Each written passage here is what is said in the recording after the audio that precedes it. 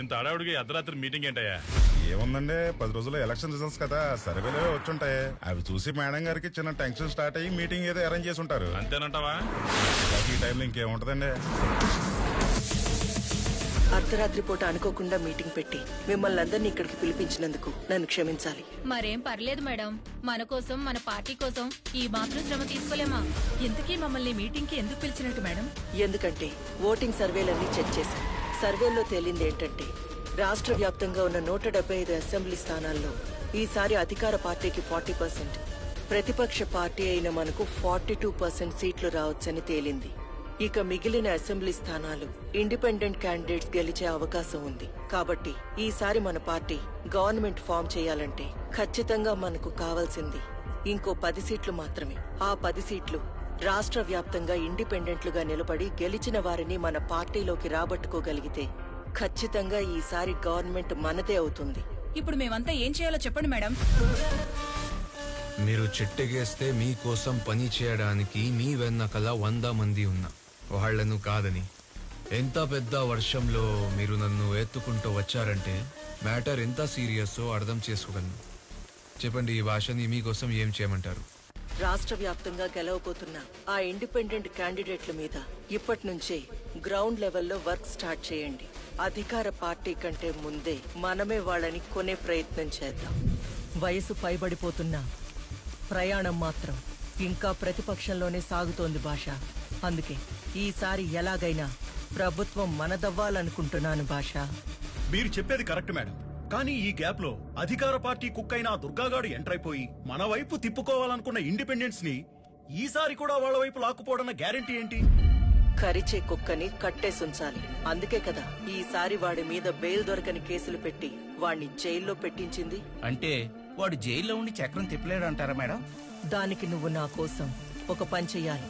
ఏం చేయాలో చెప్పండి మేడం. సెంట్రల్ జైల్లో ఒక ఖైదీ ఉన్నాడు. ఈ జైలు అనుకున్నావా? నువ్వు పబ్జీ గేమ్ ఆడే గ్రౌండ్ అనుకున్నావా? మాట్లాడవే, ఎందుకు కొట్టేవాళ్ళని? ఆ చూపే తగ్గించుకుంటే ఇక్కడ ఉన్న 4 రోజులు సేపు కొంటావు. లేదనుకో నా సంగతి తెలీదు, తీసుకెళ్లి తీహార్ జైల్లో పడదొబ్బుతా. రై చూస్తారేట్రా, తీసుకెళ్లి చల్లపడి నా కొడుకుని. జైలర్ సాబ్. చెప్పు భాష, ఏంటి విషయం? మా కుర్రాలని ఓ 10 మందిని జైలుకి పంపిస్తున్నాను. ఈసారి ఎవరిని వేసేటేంటి? దుర్గాని. దుర్గా అంటే ఆ అధికార పార్టీ వాళ్ళ మనిషేగా? అవును సాబ్, వాడే. వాడిని వేసేయడానికి అపోజిషన్ వాళ్ళ దగ్గర అంత తీసుకున్నావేంటి? మనందులో నా వాటా సంగతి ఏంటి? ఎప్పటిలాగే మీ అకౌంట్ కి ట్రాన్స్ఫర్ అయిపోతుంది. స్టేట్ లో ఈసారి కూడా మన అధికారమే రాబోతుంది. కాబట్టి రేపు నా ఫామ్ హౌస్ లో మీ అందరికి పార్టీని అరేంజ్ చేశాం. హలో అయ్యా సీఎం గారు, సెంట్రల్ జైలు నుండి జైలర్ మసూద్ మాట్లాడుతున్నానయ్యా. మీకు ముఖ్యమైన విషయం ఒకటి చెబుదామని ఫోన్ చేశాను. ఏంటి విషయం చెప్పండి. జైల్లో ఉన్న మీ మనిషిని లేపేయడానికి అపోజిషన్ పార్టీ వాళ్ళు భాషకి సుపారీ ఇచ్చారయ్యా. ఇప్పుడు మీకు మీ వాడితో అవసరం లేదనుకుంటే వాళ్ళు లేపేసుకుంటారయ్యా. లేదు ఇంకా వాడితో మనకు అవసరం ఉంది అనుకుంటే జైల్లో మా ప్రాణాలను పెట్టిన కాపాడతామయ్యా. అదే ఆ విషయం. మీ వాడిని కాపాడమంటారా లేక వాళ్ళకే వదిలేయమంటారా? నాకు ఒక 10 నిమిషాలు టైం ఇవ్వండి. అలాగేనయ్యా, మీ కాల్ కోసం వెయిట్ చేస్తుంటాను.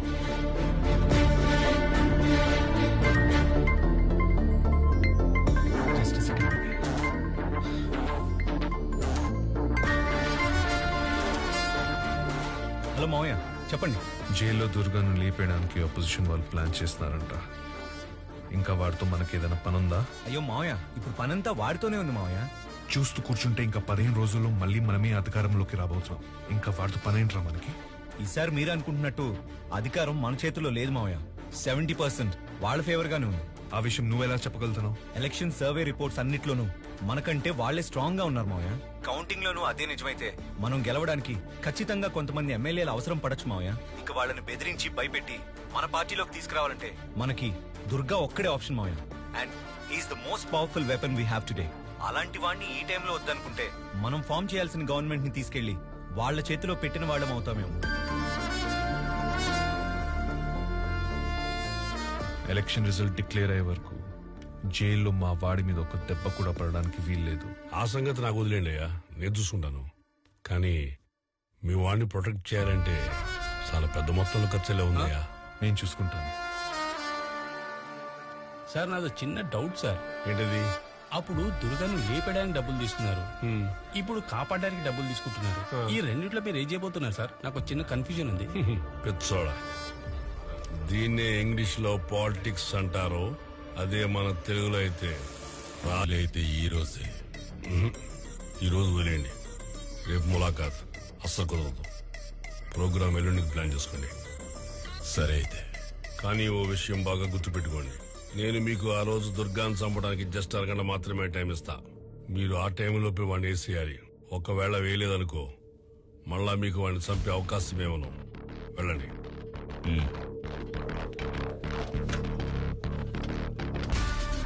ఇందాక మా వాడిని ఏదో గురాయిని చూస్తున్నా, ఏది ఇప్పుడు నన్ను బీచుడు గట్ల. రే చూడరా, నన్ను బీ ఒకసారి చూడరా గట్ల. రే చూడరా, నిన్నేరా అడుగుతుంది, అన్నను కూడా ఒకసారి గురాయించి చూడు. రేయ్ చూడరా, రేయ్ చూడరా.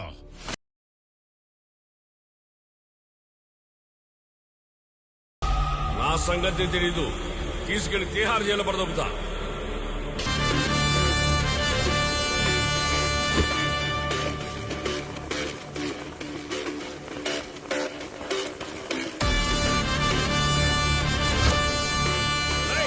చూస్తారేంట్రా, తీసుకెళ్లి వాళ్ళ చల్లపడండి.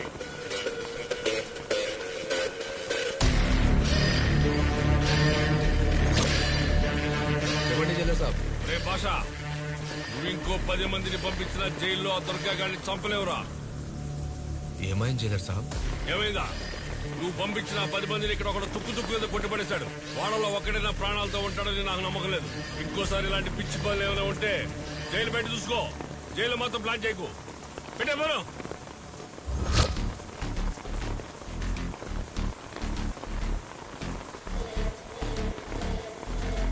మీరు నా మీద పెట్టుకున్న నమ్మకాన్ని నేను నిలబెట్టుకోలేకపోయాను మేడం.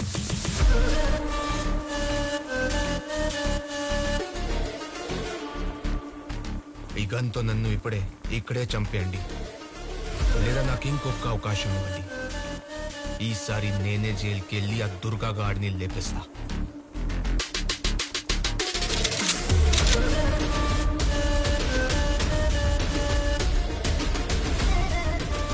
ఇంకో వారం రోజుల్లో ఎలక్షన్ రిజల్ట్స్.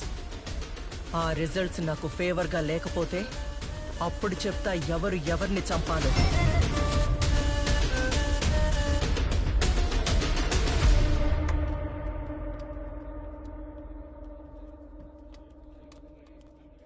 నా పేరు దుర్గా. సూర్య. నిన్న నన్ను కాపాడినందుకు థ్యాంక్స్.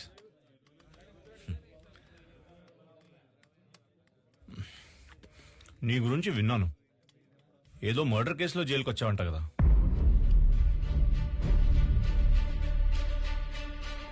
సూర్య, నువ్వు నాతో కలిసి పనిచేస్తానంటే చెప్పు, నిన్ను ఈ జైలు నుండి బయటికి తీసుకెళ్ళి నీ మీద ఉన్న కేసులు కూడా లేకుండా చేయగలను. అదెలాగా? నా వెనకాల అధికార పార్టీ బలం ఉంది. నువ్వు నాతో కలిసి పనిచేస్తానని చెప్తే మా పార్టీ అధికారంలోకి రాగానే నీ మీద ఉన్న కేసులు కూడా కొట్టేస్తా. నువ్వు నిజంగా నా మీద కేసు లేకుండా చేస్తానంటే నేను నీతో కలిసి ఏ పని చేయడానికైనా రెడీ. ఈ రోజు నుంచి మనం ఫ్రెండ్స్.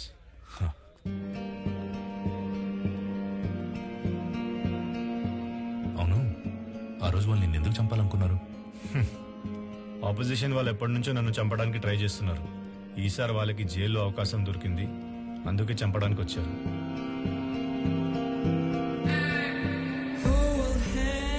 ఒకవేళ వాళ్ళు ఆ రోజు నిన్ను చంపేస్తుంటే? ఏముంది, జైల్లో నీలాంటి మంచి ఫ్రెండ్ని కోల్పోయేవాడిని.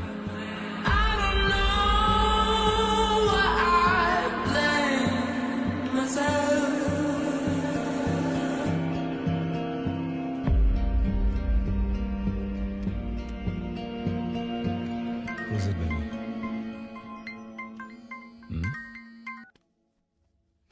హలో, నేను దుర్గాని మాట్లాడుతున్నాను. చెప్పు దుర్గా. ఇక్కడ జైల్లో నాకు ఒకటి పరిచయం అయ్యాడన్నా. ఏదో చిన్న మర్డర్ కేసులో లోపలికి వచ్చాడు, కానీ వాడి ధైర్యం చూస్తే వాడు వేరే లెవెల్లో ఉన్నాడన్నా. నువ్వు చెప్తుంటే నాకు అలాగే అనిపిస్తుంది. ఖచ్చితంగా వాడు మనకు పనికొస్తాడు. సరే అయితే ఈసారి ఎలక్షన్ రిజల్ట్స్ మనకు ఫేవర్ గా లేకపోతే నువ్వు బయటికి రావాల్సి ఉంటుంది. సరే అన్న. అప్పుడు నేను మావయ్యతో మాట్లాడి నీతో పాటు వాణ్ణి కూడా బయటికి తీసుకొచ్చి ప్లాన్ చేస్తాను.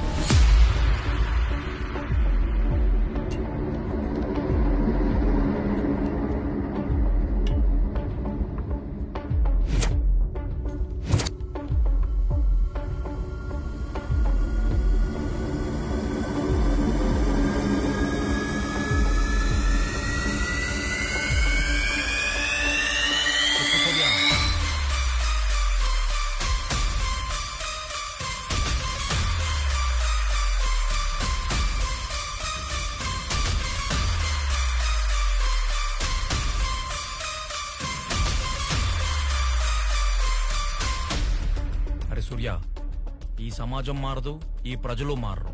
ఈ 100 ఏళ్ల చరిత్రలో నీకెప్పుడన్నా అనిపించిందా ఓటేసే పద్ధతి మారిందని? మనకెందుకు సూర్య, నా మాట విను. ఇవన్నీ ఇంతటితో వదిలేద్దాం. చూడు శివ, నువ్వు చెప్పినట్టు ఈ సమాజం మారకపోవచ్చు, ప్రజలు ఓటేసే పద్ధతి మారకపోవచ్చు, కానీ ప్రజల్ని పరిపాలించే నాయకుల్ని మాత్రం మనం మార్చాలరా. 40 రోజులుగా ఎదురు చూస్తున్న ఉత్కంఠకు తెరపడింది. గెలిచిన అభ్యర్థులు సంబరాలు చేసుకుంటుంటే ఓటమి పాలైన అభ్యర్థులు దానికి కారణాలు వెతుకుతున్నారు. ఓటర్ మాత్రం తమకి ఎవరూ దూరం కాదు, ఎవరూ దగ్గర కాదు అన్నట్లు 2 మేజర్ పార్టీలకు సమాన సీట్లిచ్చి ఇద్దరిని టెన్షన్ లో పెట్టారు. రాష్ట్రంలో ఉన్న మొత్తం 120 అసెంబ్లీ సీట్లలో అధికార పార్టీకి 48 సీట్లు రాగా అపోజిషన్ పార్టీకి 52 సీట్లొచ్చాయి. మిగిలిన 20 సీట్లు గెలుచుకున్న ఇండిపెండెంట్లే రాష్ట్రంలో ప్రభుత్వాన్ని ఏర్పాటు చేయడానికి కీలకంగా మారారు.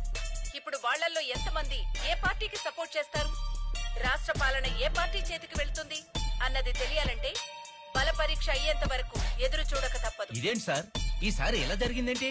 ఇప్పుడు ఏం చేద్దాం సార్? ఈసారి కూడా గవర్నమెంట్ ఎలాగైనా మనదే అవుతుంది.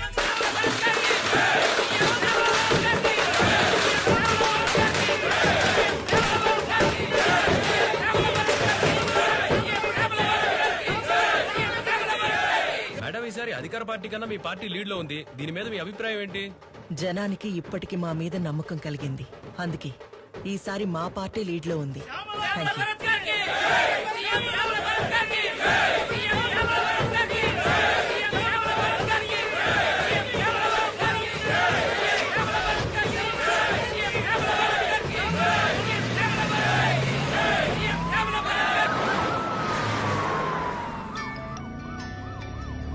Madam, CM Rammohan Rao garu phone చేస్తున్నారు.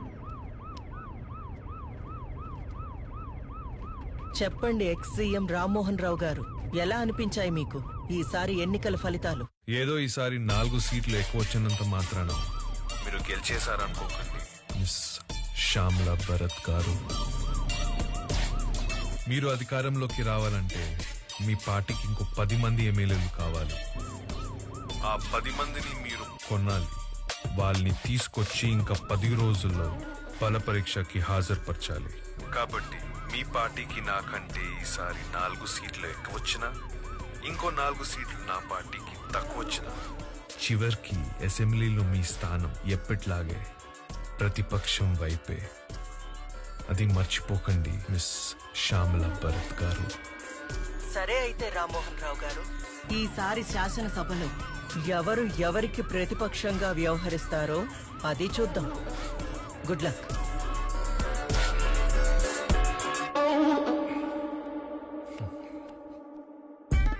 మనం లీడ్ లో ఉన్నామని తెలిసి కూడా ఆ రామ్మోహన్ రావు మనం గెలవలేవని అంత స్ట్రాంగ్ గా చెప్తున్నాడంటే మన వెనకాల ఏదో పెద్ద ప్లాన్ చేస్తున్నాడని అర్థమవుతుంది. ఇప్పుడు మనకున్న లీడ్ ప్రకారం మన పార్టీ గెలిచి అధికారంలోకి రావాలంటే వీలైనంత తొందరలో ఆ 20 మంది ఇండిపెండెంట్లను మనం వెంటనే కొనేయాలి. ఆ 20 మందిని మనం వెంటనే కొనేయాలంటే దానికి ఒకటే మార్గం మేడం. ఏంటది? అనకాపల్లి నుండి 20 సంవత్సరాలుగా ఓటమి ఎరుగని కళ్యాణ్ ప్రసాద్ ని మనం ముందుగా కొనేయాలి మేడం. వాణ్ణే ఎందుకు? వాడే కింగ్ మేకర్ మేడం.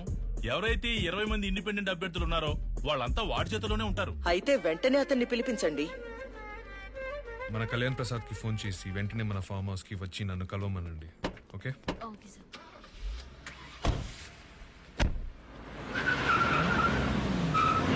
అందరూ వచ్చేసినట్టున్నారు. నీ వల్లే లేటు. ఆగు ఆగు. నమస్తే మేడం.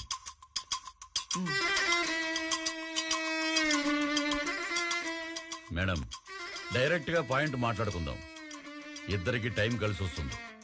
నేను స్ట్రైట్ గా పాయింట్ కే వచ్చేస్తాను. మీ 20 మంది ఎమ్మెల్యేలు మా పార్టీకి మద్దతు ఇవ్వాలి. దానికి మీకు ఒక్కో ఎమ్మెల్యేకి ఎంత కావాలో చెప్పండి. ఒక్కొక్క ఎమ్మెల్యే వాళ్ళ వాళ్ళ నియోజకవర్గంలో గెలవడానికి సుమారు 50 కోట్లు ఖర్చు పెట్టారు. ఒక్కొక్క ఎమ్మెల్యేకి 100 కోట్లు ఇవ్వండి. ఏంటి, ఒక్కో ఎమ్మెల్యేకి 100 కోట్ల? అంటే ఈ లెక్కన 20 మందికి కలిపి 2000 కోట్లన్నమాట. అవును మేడం. అంతెందుకు? మార్కెట్లో రేట్లు బాగా పెరిగిపోయాయి మేడం. ఒకప్పుడు వంట నూనె లీటర్ 90 రూపాయలు ఉండేది. ఇప్పుడు 230 రూపాయలు అయింది. అయినా జనాలు కొనట్లేదా? పైగా జనం గురించి మనం ఏమైనా ఆలోచిస్తున్నావా? లేదు కదా. అందుకే వస్తువుల రేట్లు పెరిగినట్లు ఓటర్ కూడా తన ఓటు రేట్లు పెంచేశాడు మేడం. ఒకప్పుడు 1000 రూపాయలు ఉండే ఓటు ఇప్పుడు 5000 రూపాయలు అయింది. ఇక్కడెవరో క్యాండిడేట్ ను చూసి ఓటేరు మేడం. వాళ్ళు ఇచ్చే క్యాష్ తీసుకునే ఓటేస్తారు. అయితే ఇప్పుడు మీ ఎమ్మెల్యేలు మా పార్టీకి మద్దతు ఇవ్వాలంటే మీకు 2000 కోట్లు ఇవ్వాలి, అంతే కదా? 2000 కోట్లు కాదు మేడం, మరి 2500 కోట్లు. ఏంటి, 2500 కోట్ల? ఎస్. ఆ 500 కోట్లు దేనికి? అది నా కమిషన్ మేడం. 500 కోట్లు మీ కమిషనా? అవును మేడం. నేనేమి మీ చేతిలో ఆకు ఒక్క పెట్టి తాంబూలం ఇవ్వట్లేదు. ఈ స్టేట్ ని 5 ఏళ్లు రూల్ చేసే అధికారం మీకు ఇస్తున్నాను. అలాంటప్పుడు ఒక చిన్న 500 కోట్లు కమిషన్ తీసుకోవడంలో పెద్ద తప్పేం లేదు madam.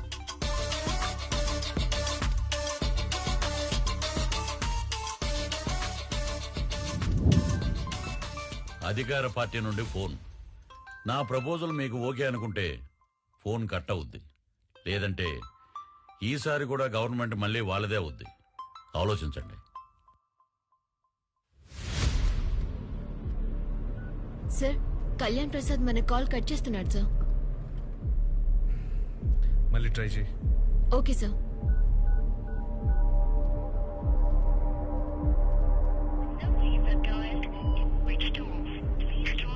Sir, phone switch off అని వస్తుంది సార్. వెంటనే వాయిస్ మెసేజ్ పంపించు. Okay, sure sir. మీరడిగిన మొత్తం 2500 కోట్లు ఎక్కడా తేడా రాకూడదు. బల పరీక్ష రోజున మా 20 మంది ఎమ్మెల్యేలు హచ్చుడాగుల్లాగా మీ వెంటే ఉంటారు. మీరు ఎక్కడ సంతకం పెట్టమంటే అక్కడ పెడతారు. ఇక సీఎం గా ప్రమాణ స్వీకారం చేయడానికి రెడీ అయిపోండి మేడం. కానీ దానికంటే ముందు మనం ఒక పని చెయ్యాలి. ఏంటి మేడం అది? మీరు నాతో చేతులు కలిపారన్న వార్త ఎలాగైనా రామ్మోహన్ రావుకి తెలుస్తుంది. అప్పుడది మన ఎమ్మెల్యేలకు అంత సేఫ్ కాదు. అందుకే మన ఎమ్మెల్యేలందరూ ఒకే చోట సేఫ్ గా ఉండడానికి బెంగళూరులో నేను ఒక స్టార్ హోటల్ మొత్తం బుక్ చేశాను. బల పరీక్ష జరిగే వరకు వాళ్ళంతా అక్కడే ఉంటారు. మీ ఎమ్మెల్యేలతో పాటు మా ఎమ్మెల్యేలను కూడా కలిపి అక్కడికి పంపిస్తే అందరూ ఒకే చోట సేఫ్ గా ఉంటారు. మీరు చెప్పేది కరెక్టే మేడం. ఆ రామ్మోహన్ రావుకి భయపడి సిటీకి దూరంగా ఉన్న 500 కిలోమీటర్లో ఉన్న బెంగళూరులో ఉంచవలసిన అవసరం లేదు. ఎందుకంటే ఈ సిటీలో ఎవరికి తెలియని డెన్ ఒకటి ఉంది. అది నా కంట్రోల్లోనే ఉంది. ఈ 10 రోజులు మన ఎమ్మెల్యేలను అక్కడ దాచేస్తే టైము సేవ్ అవుద్ది. మన వాళ్ళు మన పక్కనే ఉన్నారన్న నమ్మకం, ధైర్యం ఉంటుంది. కానీ అంత సేఫ్ ప్లేస్ ఈ సిటీలో ఎక్కడుంది? సారీ మేడం, బల పరీక్ష జరిగే వరకు ఆ ప్లేస్ ఎక్కడుందో మీకు కూడా చెప్పను. సరే, అయితే మీ ఎమ్మెల్యేలతో పాటు మా ఎమ్మెల్యేలను కూడా మీరు చెప్పిన అండర్ గ్రౌండ్ కి పంపిస్తాను. జాగ్రత్తగా చూసుకోండి. Okay madam. సత్యనా? సార్, శ్యామలా భరత్ కళ్యాణ్ ప్రసాద్ ని 2500 కోట్లకి కొనేసింది సార్. ఇప్పుడు మన పరిస్థితి ఏంటి సార్? మన ప్రభుత్వం పడిపోయినట్టేనా సార్? ఈ ఎలక్షన్ లో నేను 100 కోట్లు ఖర్చు పెట్టాను. ఇప్పుడు నా పరిస్థితి ఏంటి సార్?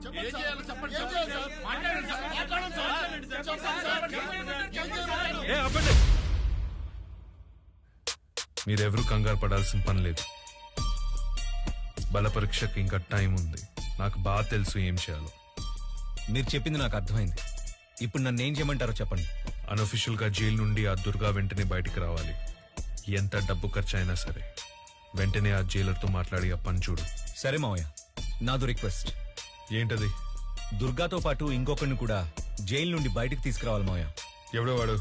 వాడి పేరు సూర్య. వాడి గట్స్, వాడి ధైర్యం అసలు వేరే లెవెల్ అంట.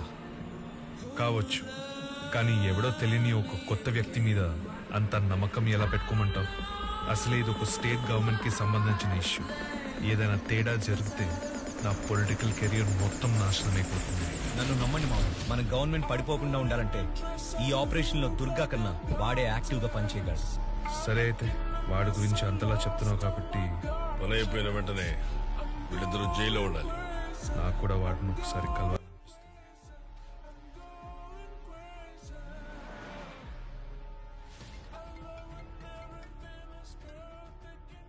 హలో మేడం, మీకు ఫేవరబుల్ ఇన్ఫర్మేషన్.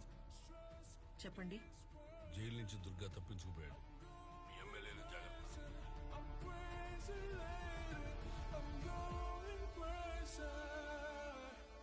వీళ్ళని ఇప్పుడే వదిలేసి వాళ్ళకి అప్పుడే ఇన్ఫర్మేషన్ ఇచ్చేశారేంటి సార్? వాళ్ళు కొట్టుకు వస్తేనే కదరా మధ్యలో మనలాంటి వాడు సేఫ్గా ఉండేది.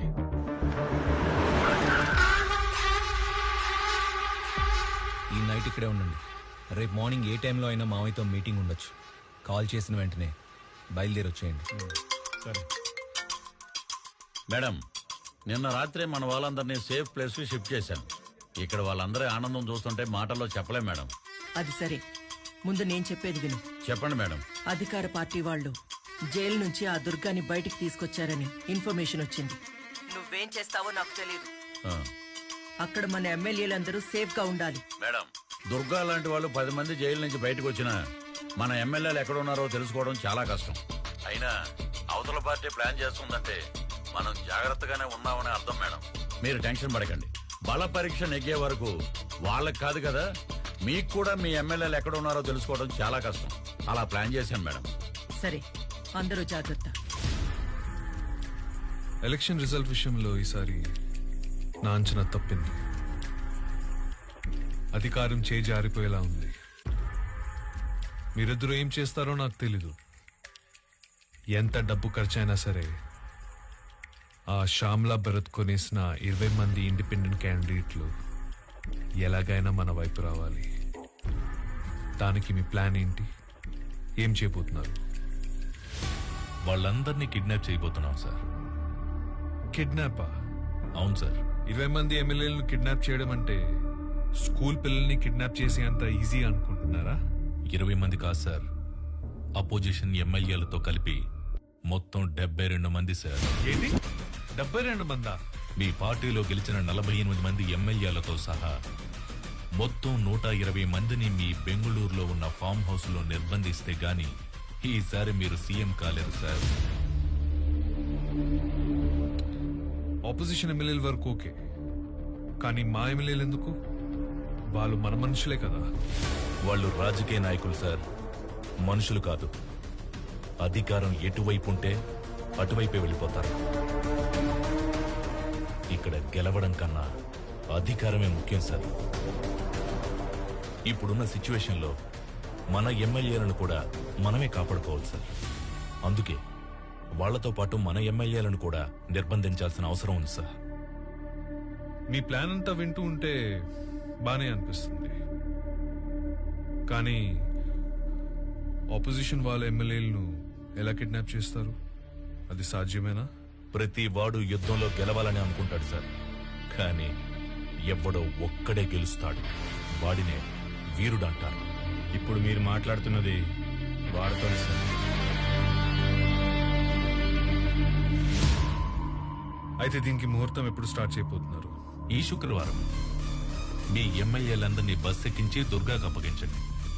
దుర్గా వాళ్ళని బెంగళూరు హైవేలో ఉన్న దాబా దగ్గరికి తీసుకొస్తాడు. ఈలోగా నేను అపోజిషన్ ఎమ్మెల్యేలందరినీ కిడ్నాప్ చేసి అక్కడికి తీసుకొచ్చే బాధ్యత నాది. గుడ్. నీ ప్లాన్ తో పాటు నీ కాన్ఫిడెన్స్ కూడా నాకు నచ్చింది.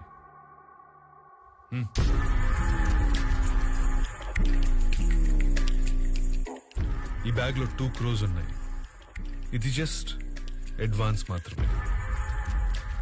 అనుకున్న పని అనుకున్నట్లు జరిగితే నీ మీద ఉన్న కేసెస్ కొట్టేయడంతో పాటు ఇలాంటి చాలా బ్యాగ్స్ నీకు అందుతాయి.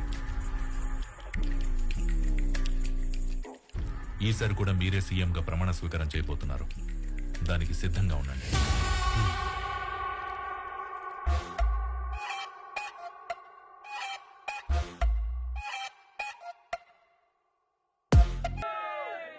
Kalyan Prasad last phone call నిన్న రాత్రి 11 గంటలకి గుల్జార్ హౌస్ లో కట్ అయింది సుధా.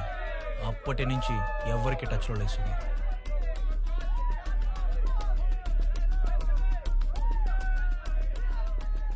అయితే వాడు ఖచ్చితంగా గుల్జార్ హౌస్ లోనే ఉన్నాడు. ఎవరు? మేడం, మీకు బ్యాడ్ న్యూస్. గుల్జార్ హౌస్ లో ఉన్న మీ ఎమ్మెల్యేలందరినీ అధికార పార్టీ వాళ్ళు కిడ్నాప్ చేయడానికి ప్లాన్ చేస్తున్నారు. మీరు వెంటనే వాళ్ళని అక్కడి నుండి షిఫ్ట్ చేయించండి, లేదంటే సీఎం కాలేరు. ఇంతకీ నువ్వెవరు? మీ శ్రేయోభిలాషి. చెప్పండి మేడం. ఎక్కడున్నారు? నేను చెప్పనుగా. నేను సీరియస్ గా అడుగుతున్నాను, మీరెక్కడున్నారో చెప్పండి. నేను సీరియస్ గానే చెప్తున్నాను మేడం, చెప్పనని. గుల్జార్ హౌస్ లో ఉన్న విషయం నాకు తెలియదనుకుంటున్నావా?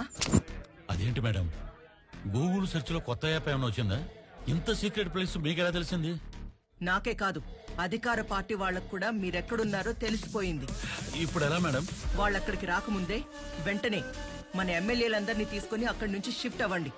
ఇప్పటికిప్పుడు ఇంతమంది ఎమ్మెల్యేలు తీసుకుని ఎక్కడికైనా షిఫ్ట్ అవ్వాలి మేడం? బస్ పంపిస్తున్నాను, బెంగళూరులో ఉన్న నా రిసార్ట్కి వెళ్ళండి. అర్థమైందా? అర్థమైంది.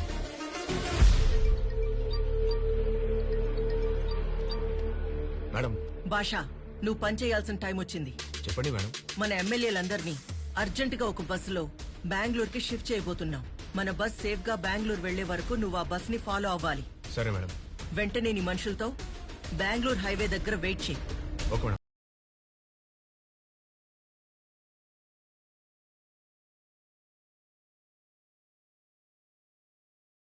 బస్ డ్రైవర్ ని మాట్లాడుతున్నాను మేడం. ఎక్కడున్నావు ఇప్పుడు? కరెక్ట్ గా మీరు చెప్పిన లొకేషన్ లో ఉన్నాను మేడం. సరే, మా వాళ్ళు వస్తారు, వెయిట్ చేయి. అట్లానే మేడం.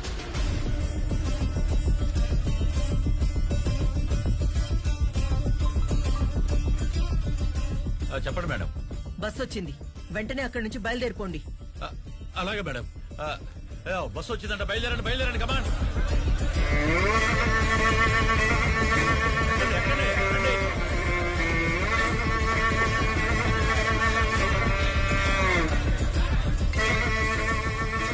మేడం, అందరూ బస్ ఎక్కేశారు మేడం. బయలుదేరమంటారు మేడం? Okay madam. చెప్పు సూర్య.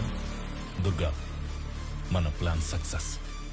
ఇప్పుడు ఎమ్మెల్యేలందరూ నా హ్యాండ్ ఓవర్ లోనే ఉన్నారు. అయితే నువ్వు హైవే ఢాబా దగ్గర వెయిట్ చేయి, నేను కూడా బయలుదేరుతున్నా. ఓకే. ఏంట్రా ఏంకరా? చెప్పండి మేడం. బస్ బయలుదేరింది, ఇంకా సేపట్లో బెంగళూరు హైవే మీదకి వస్తుంది. ఎవరైనా మన బస్ ని ఫాలో చేస్తున్నారని నీకు అనిపిస్తే వాళ్ళని అక్కడే లేపేయండి.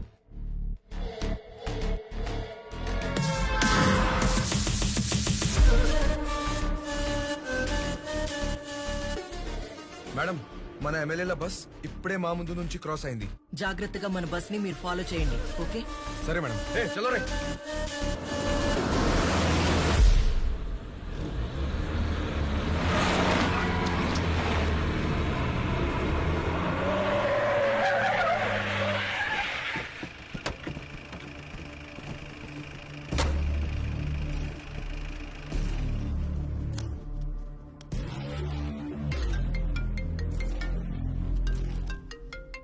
చెప్పు భాష.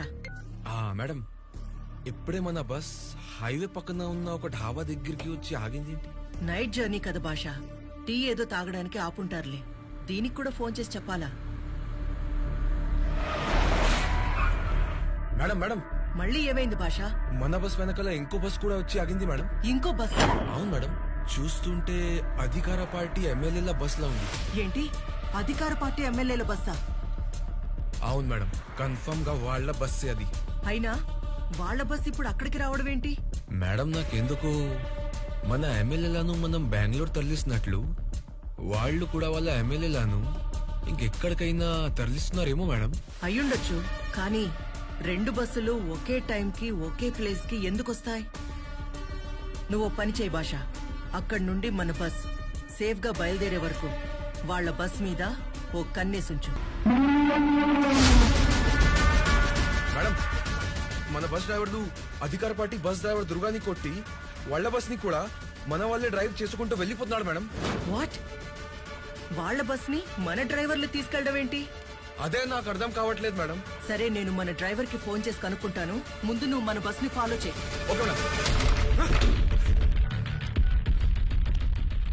Hello madam. అన్వర్, ఏం చేస్తున్నారు మీరు? ఎవడో వచ్చి నన్ను కొట్టి మన బస్సు మొత్తం తీసుకెళ్లిపోయాడు మేడం. చెప్పండి మేడం. భాష, వాళ్ళు మన డ్రైవర్స్ కాదు, ఎవరో క్రిమినల్స్. వెంటనే వాళ్ళని ఆపు. Stop them right now. సరే మేడం.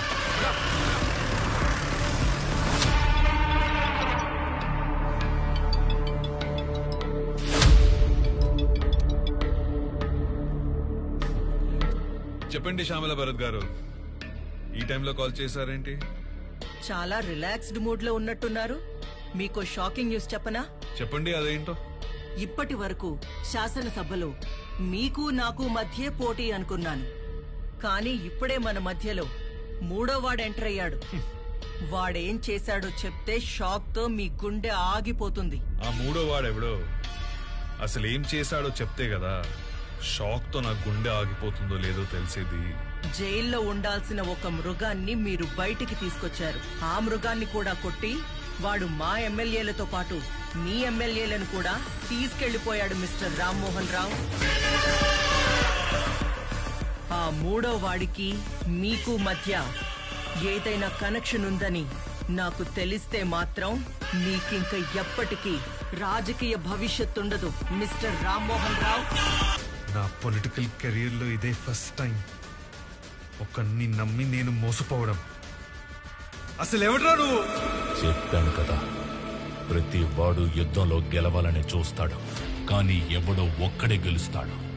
వాణ్ణే వీరుడంటారు. ఇప్పుడు ఆ యుద్ధం మొదలైంది. వీరుడెవరు, ఆ యుద్ధం ఎందుకు చేస్తున్నాడనేది ముందు ముందు మీకే అర్థమవుతుంది. అప్పటి వరకు వెయిట్ అండ్ సీ. ఇదేంటిది? బెంగళూరు రిసార్ట్ అన్నారు. పంపదీసి రూట్ ఏమైనా మారిందా? డీప్ ఫారెస్ట్ లాగా ఉంది.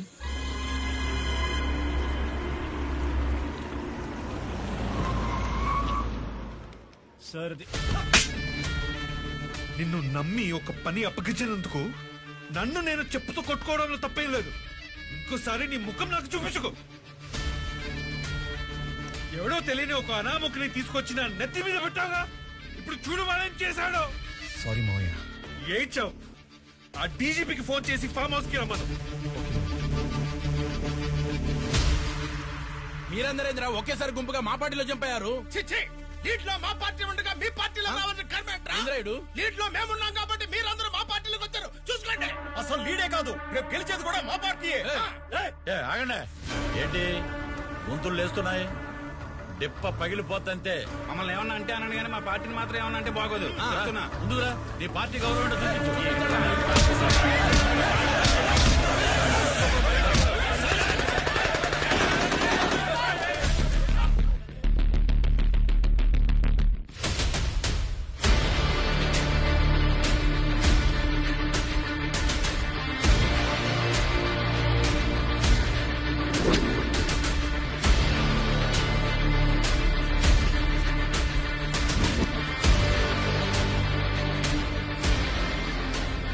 ఏం చూస్తున్నారో? మీరిష్టం వచ్చినట్లు అరవటానికి, మీరిష్టం వచ్చినట్లు పోట్లాడుకోవడానికి ఇదేం మీ అసెంబ్లీ కాదు. అడవి, నా అడవి, నా అడవి, నా అడవి. ఇక్కడ స్పీకర్ ఉండడు, మైకులుండవు, వాకౌట్ ఉండదు. హైవేకి దాదాపు 250 కిలోమీటర్ల దట్టమైన అడవిలో ఉన్నారు. బాబు, మీరు నక్సలైటా, మావోయిస్టా, టెర్రరిస్టా? ఎవరు బాబు మీరింతకీ? వాళ్ళంతా ఎక్కడి నుంచి పుట్టారు? మీలాంటి వాళ్ళంతా తప్పు చేస్తేనే కదా పుట్టారు. బాబు, నువ్వు చెప్పింది నేను నమ్ముతాను, కానీ నేను షుగర్ పేషెంట్ ని. టైంకు తిని మందులు వేసుకోకపోతే నా నరాలు బాడీ షివరింగ్ అవుతాయి బాబు. నువ్వు హెల్త్ మినిస్టర్ కదా? అవును బాబు. నీకు పెద్ద పెద్ద హాస్పిటల్స్ ఉన్నాయి, అయినా నీకే హెల్త్ బాగుండదు. ఇంకా నువ్వు పబ్లిక్ ఏం చేస్తావు? బాబు, మీరు ఇప్పుడు ఏం మాట్లాడాలి మేము వినే పొజిషన్లో లేం బాబు. ముందు తినడానికి ఏమైనా పెట్టి మాట్లాడండి.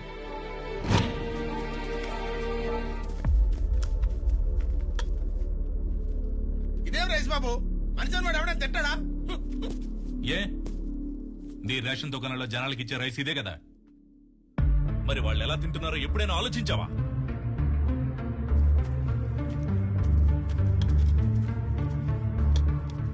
చాలు బాబు చాలు. అన్నం ఎంత తినాలో అంతే తినాలి, ఎక్కువ తినకూడదు. మరి ఆస్తులు ఎందుకు బోల్డెన్ సంపాదించావు? చాలని సరిపెట్టుకోవచ్చుగా, అది మాత్రం చేయరు. ఇదిగో అబ్బాయి, నీ మాటలు చేష్టలు ఎక్స్ట్రాడినరీగా ఉన్నాయి. కాకపోతే కొరత ఏంటంటే ఆ ముఖం కూడా చూపించావనుకో ఓలోడు తిరిగిపోద్ది. నన్ను చూస్తే తట్టుకోలేవు. అబ్బో, నీది నరసింహం అవుతారు మరి. అయితే చూడు.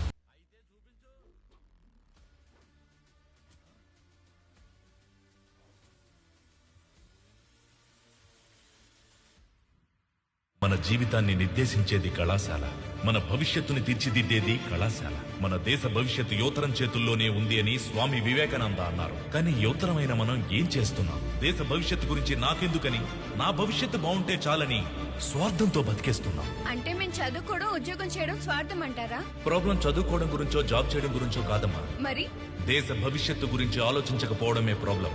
అందుకే కదా 5 ఏళ్లకోసారి ఓటేసి మరీ నాయకుల్ని గెలిపించుకుంటున్నాం. అదంతా వాళ్ళు చూసుకుంటారు. అదే మీరు చేసిన తప్పు. ఓట్లేస్తున్నారు, వదిలేస్తున్నారు. ఒక స్టూడెంట్ గా నిర్ణయాలు తీసుకునే అధికారం మీకు లేకపోవచ్చు, కానీ మెరుగైన సమాజం నిర్మించగలిగే సామర్థ్యం మీకుంది. వాళ్ళని నిలదీసి అడిగే హక్కు కూడా మీకుంది. అది ఎప్పుడైతే చేస్తారో మన దేశ భవిష్యత్తు యువతరం చేతుల్లోనే ఉందని చెప్పిన స్వామి వివేకానంద మాటలు నిజమవుతాయి. వలలు కొనుక్కోవడానికి డబ్బులిస్తాం, పడవల కోసం లోన్లిస్తాం. ఇవి మీ ఎమ్మెల్యే ఎలక్షన్ల ముందు ఇచ్చిన హామీలు. కానీ ఇప్పుడు అధికారంలోకి వచ్చి 4 ఏళ్లైనా కూడా ఒక్క హామీ కూడా నెరవేర్చలేదు. దీన్ని ఇంకెంతకాలం సహిస్తారు? ఇంకెన్నాళ్లు భరిస్తారు? మీ ఎమ్మెల్యేని నిలదీయండి, ప్రశ్నించండి.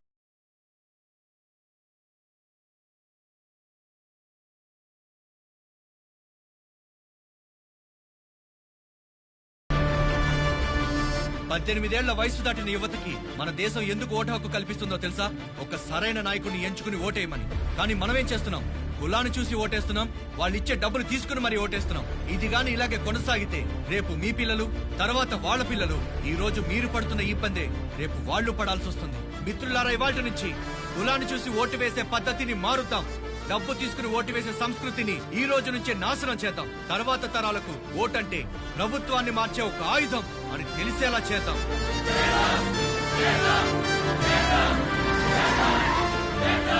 ఎవరయ్యా వీళ్ళు? Student sir. ఇలా జనాల్లో తిరుగుతూ మెరుగైన సమాజం కోసం ప్రసంగాలు ఇస్తుంటారు సార్. ఈ మధ్య ఇది ఫ్యాషన్ అయిపోయింది సార్. సరే సరే, వాళ్ళ ప్రసంగాల వల్ల మన ఇమేజ్ డ్యామేజ్ అవ్వకుండా చూడు. సార్, అవి మనం డబ్బిచ్చుకున్న ఓట్లు సార్.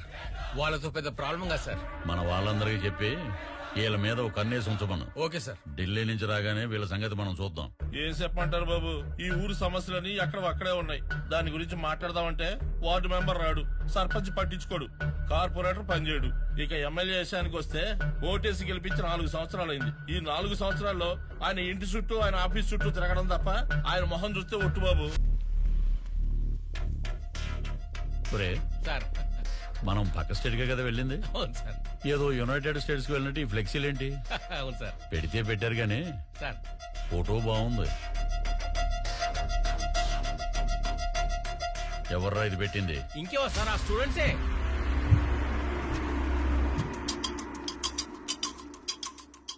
ఖచ్చితంగా ఈ పోస్టర్ చూసి ఎమ్మెల్యే రియాక్ట్ అవుతాడు. రియాక్ట్ అవుతాడు, బట్ ఎలా రియాక్ట్ అవుతాడో తెలియటం లేదు. ఎలా రియాక్ట్ అయినా, ఎంతటి సమస్య ఎదురైనా మనం అందరం ఎదుర్కోవడానికి రెడీగా ఉండాలి. మీరు అనుకున్నంత ఉండదు. బాగా మర్యాద తెలిసిన వాళ్ళ ఉన్నారు, చదువుకున్నారు కదా, ఉద్యోగాలు చేసుకోవచ్చు కదా. ఇలా పేస్ట్ రాసి పోస్టర్లు అందించే పెంట పని, పాకి పని మీకెందుకు? ఈ పాలిటిక్స్ గోల మీకెందుకయ్యా? అది మీకు అర్థం కాదు. నమ్మలేనంత నమ్మకాన్ని ఇవ్వాలి, వెలకట్టలేనంత 1,00,000 హామీలు ఇవ్వాలి. అవసరమైతే అంటే ఓటర్లు మీ కాళ్ళ మీద పడి మొక్కాలా? అరే, చాలా కరెక్ట్ గా చెప్పావు తమ్ముడు. మీ దృష్టిలో ఓటర్లని కాళ్ళు అనుకుంటారు, కానీ మేము ఓటుని కాళ్ళు అనుకుంటాం. అదే మీకు మాకు ఉన్న తేడా. ఓటేసే రోజునే వాడు రాజు, ఆ తర్వాత 5 సంవత్సరాలు మేమే రాజు, మేమే మంత్రి. అంటే మిమ్మల్ని ప్రశ్నించే వాళ్ళే లేరంటారు. నువ్వు చెప్పు. డబ్బులు తీసుకుని ఓటు అమ్ముకున్న ఓటర్కి ప్రశ్నించే అధికారం ఎక్కడుంది? ఇప్పుడు జరిగేవన్నీ ఎలక్షన్స్ కావు, కలెక్షన్స్. మేము ఓట్లు కలెక్ట్ చేసుకుంటాం, వాళ్ళు డబ్బులు కలెక్ట్ చేసుకుంటారు. ఒక్కొక్క ఓటుకి 5,000. 1,50,000 ఓట్లు అంటే 75 కోట్లు. దానికి తోడు మందు బిర్యానీ, గానా బజానా, పోస్టర్లు, పబ్లిసిటీ, ఇవి గాక మా నాయకులకు ఇచ్చే గిఫ్ట్లు. అబ్బో, సుమారు 150 నుంచి 200 కోట్లు ఖర్చు అవుతుంది. ఈ 200 కోట్లకి వడ్డీతో కలిపి 1000 కోట్లు రాబట్టుకోవాలి. దీనికే 5 సంవత్సరాలు సరిపోవట్లేదు మాకు. ఇక ప్రజాసేవ చేయడానికి టైం ఎక్కడుంది తమ్ముడు? అయినా ఓటు అమ్ముకున్నోడికి మేమెందుకు సేవ చేయాలి? వాడికి ప్రశ్నించే అధికారం లేదు, ఎందుకంటే వాడు ఓటుని అమ్ముకున్నాడు కాబట్టి. మీ అందరికీ చివరిసారిగా చెప్తున్నాను, స్ట్రీట్ రౌడీగా మొదలైన నా జీవితం స్టేట్ మినిస్టర్ అయ్యాను. మళ్ళీ నన్ను స్ట్రీట్ రౌడీని చేయకండి. ఎలక్షన్స్ దగ్గర పడుతున్నాయి. పోయినసారి ఓటుకి 5,000 అడిగారు, ఈసారి ఓటుకి 10,000 అడుగుతారు. నేను దానికి రెడీ అవ్వాలి. ఇక్కడ ఓటుకే కాదు, సీటుకు కూడా డబ్బులు ఇవ్వాలి. పార్టీ హైకమాండ్ నన్ను పట్టించుకోకపోతే నేను చాలా ఇబ్బందులు పడతాను తమ్ముడు. నా దారికి అడ్డు రాకండి. కాదని ఎవరైనా అడ్డొస్తే మీ అందరి డేట్ ఆఫ్ బర్త్లు వేరే వేరే అయి ఉంటాయి, కానీ డేట్ ఆఫ్ డెత్ మటుకు ఒకటే. గుర్తుపెట్టుకోండి. వస్తాను తమ్ముడు. బంగారం బంగారం అంతా మంచిగా జరిగిందే. టీ ఎస్టేట్ కి అడ్వాన్స్ ఇచ్చేసాం. వచ్చే నెల ఎలక్షన్, ఆ తర్వాత రిజిస్ట్రేషన్. ఊటీ టీ ఎస్టేట్ కి నువ్వే ఓనర్వి. నీ బొంద చూడు. మీ దృష్టిలో ఓటర్లని కాళ్ళు అనుకుంటారు, కానీ మేము ఓటుని కాళ్ళు అనుకుంటాం. ఓటేసే రోజునే వాడు రాజు, ఆ తర్వాత 5 సంవత్సరాలు మేమే రాజు, మేమే మంత్రి.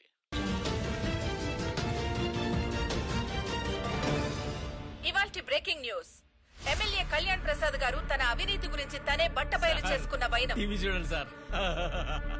డబ్బులు తీసుకుని ఓటు అమ్ముకున్న ఓటర్కి ప్రశ్నించే అధికారం ఎక్కడుంది? ఇప్పుడు జరిగేవన్నీ ఎలక్షన్స్ కావు, కలెక్షన్స్. మీ అందరి డేట్ ఆఫ్ బర్త్లు వేరే వేరే అయి ఉంటాయి, కానీ డేట్ ఆఫ్ డెత్ మటుకు ఒకటే. గుర్తుపెట్టుకోండి. కళ్యాణ్ ప్రసాద్ గారే ఇలా మాట్లాడినందువలన మినిస్టర్ పదవి నుంచే కాకుండా అతన్ని పార్టీ నుంచి సస్పెండ్ చేసిన ఆ పార్టీ హైకమాండ్ మిమ్మల్ని పిలిచి ఒక్క మాట చెప్పకుండా మిమ్మల్ని 10లోంచి తీసేయడం చాలా అన్యాయం సార్. ఏంద్రే అన్యాయం? నేను పెద్ద దుర్మార్గుండని ఈయనే ఒప్పుకున్నట్టుందిగా ఆ వీడియోలో. ఈ ఎర్రదోలందరికీ ఈడో పెద్ద నాయకుడు. తిను, బాగా తిను. ఇంక పనే ఉంది, తినడం పడుకోవడమేగా నీ పని. అమ్మో అమ్మో, ఎన్నెన్ని ఆశలు చూపించావు. ఊటీలో టీ ఎస్టేట్ అన్నావు, కర్ణాటకలో కాఫీ ఎస్టేట్ అన్నావు. నెక్స్ట్ ఎలక్షన్ లో గెలిస్తే నేనే హోమ్ మినిస్టర్, నువ్వు నా హోమ్ మినిస్టర్ పెళ్ళానివి అన్నావు. తర్వాత సీఎం పెళ్ళాం. ఏంట్రా, నువ్వు నన్ను సీఎం పెళ్ళాన్ని చేస్తావా? నువ్వే సీఎం కాలేకపోయావు, ఇప్పుడు పనికి మాలినవాడి పెళ్ళాంగా కూర్చున్నాను. అసలు సీఎం పెళ్ళాన్నవ్వాలంటే నేను ఇప్పుడు ఏం చేయాలి? చూస్తావేంట్రా, చెప్పు, ఏం చేయాలి? చెప్పించాలే.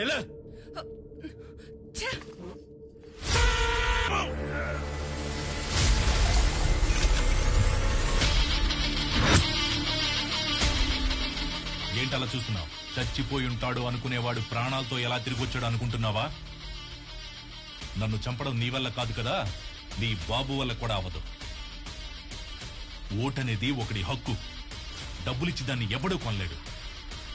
ఎమ్మెల్యే పదవంటే ప్రజల సమస్యల్ని గవర్నమెంట్ దగ్గరికి తీసుకెళ్లే ఒక రిప్రజెంటేటివ్ మాత్రమే, అంతేకాని ఒక నియోజకవర్గానికి రాజు అని కాదు.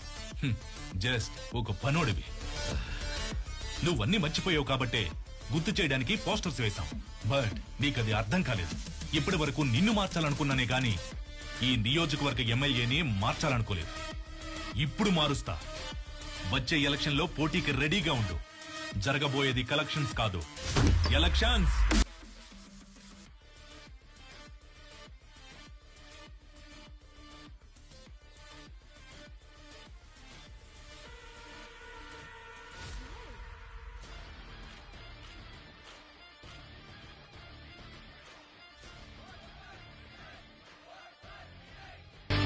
ఇతని పేరు వినయ్.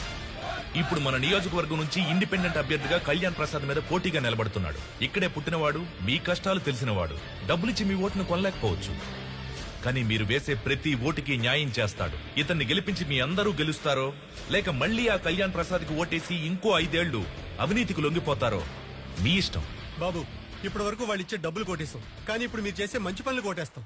ఇప్పటి వరకు మాకు మంచి చేసే నాయకుడే కనబడలేదు బాబు. నిలబడండి బాబు, ఈసారి మా ఓట్లన్నీ మీకే. ఇక్కడ తీరిక పేకాట ఆడుతున్నారు, అక్కడేమో మీ పైన పోటీకి రెడీ అవుతున్నారు సార్. ఒరే, డబ్బులు తీసుకుని ఓట్లేసే జనం ఉన్నంత కాలం వీటిని ఎవరు పట్టించుకోర్రా. మీరు నాటే చెట్టు నీడనిస్తుంది, మీరు వేసే ఓటు భవిష్యత్తును నిర్ణయిస్తుంది. ఎవరికి ఓటేయాలో మీరే నిర్ణయించుకోండి.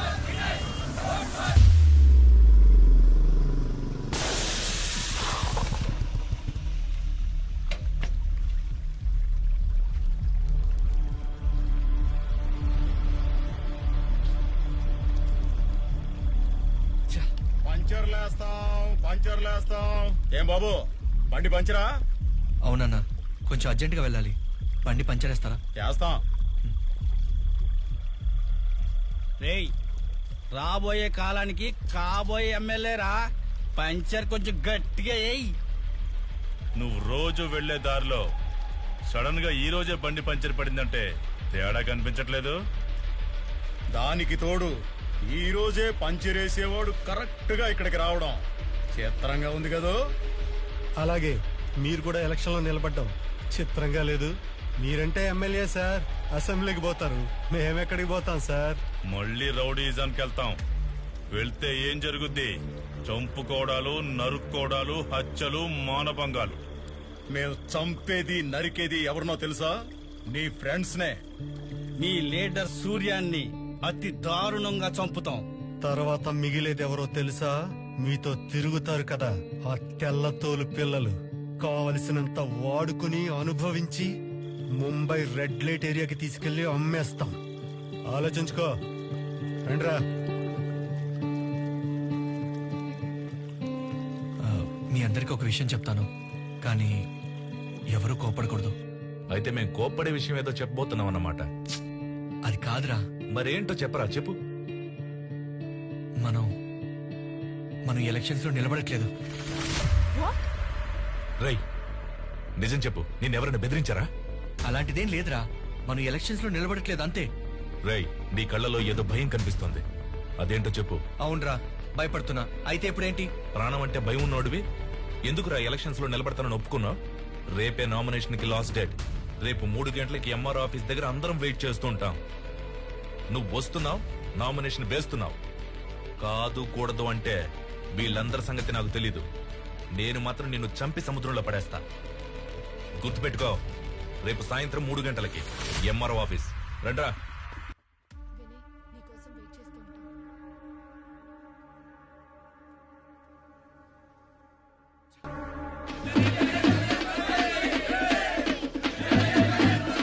ఏమైంది వీడికి? అసలు వాడి గురించి వాడు ఏమనుకుంటున్నాడు? ఫోన్ నాట్ రీచబుల్, మెసేజ్ కూడా వెళ్ళట్లేదు.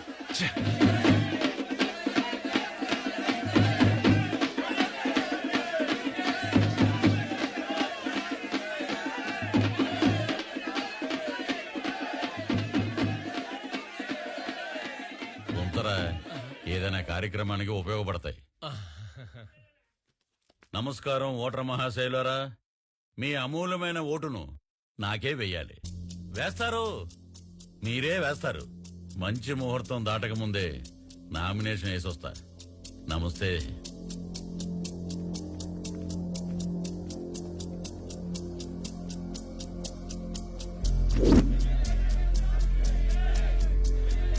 వినీకి మళ్ళీ ట్రై చేయి. ఏంట్రా టైం అవుతుంది, వాడు ఇంకా రాలేదు. తమ్ముడు, మీ క్యాండిడేట్ ఇంకా రాలేదనుకుంటా. రావు కాలం రాబోతుంది.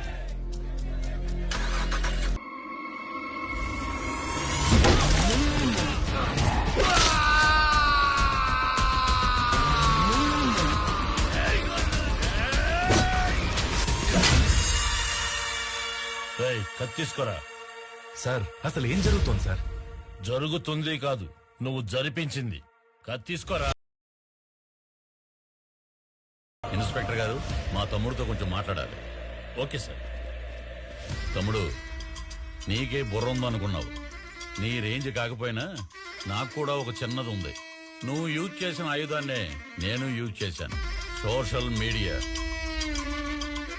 రేపే నామినేషన్ కి లాస్ట్ డేట్. నువ్వు వస్తున్నావు, నామినేషన్ వేస్తున్నావు.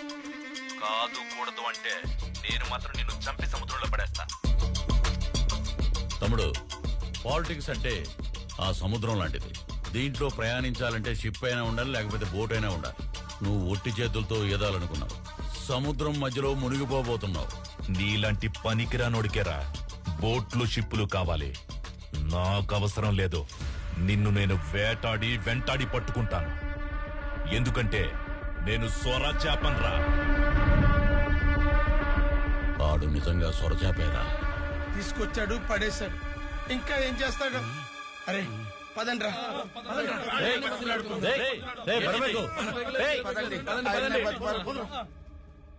ఏది ఏమైనా వాతావరణం మాత్రం భలే ప్రశాంతంగా, కడుపులో గడబడిగా ఉంది.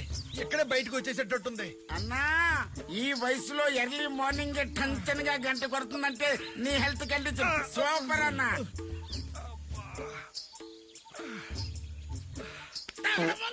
అందరికి ఒకేసారి వచ్చేస్తా.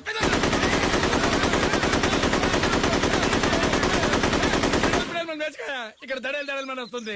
మా శబ్దాల ముందు నీ శబ్దం వాళ్ళు ఎక్కేంట్రా?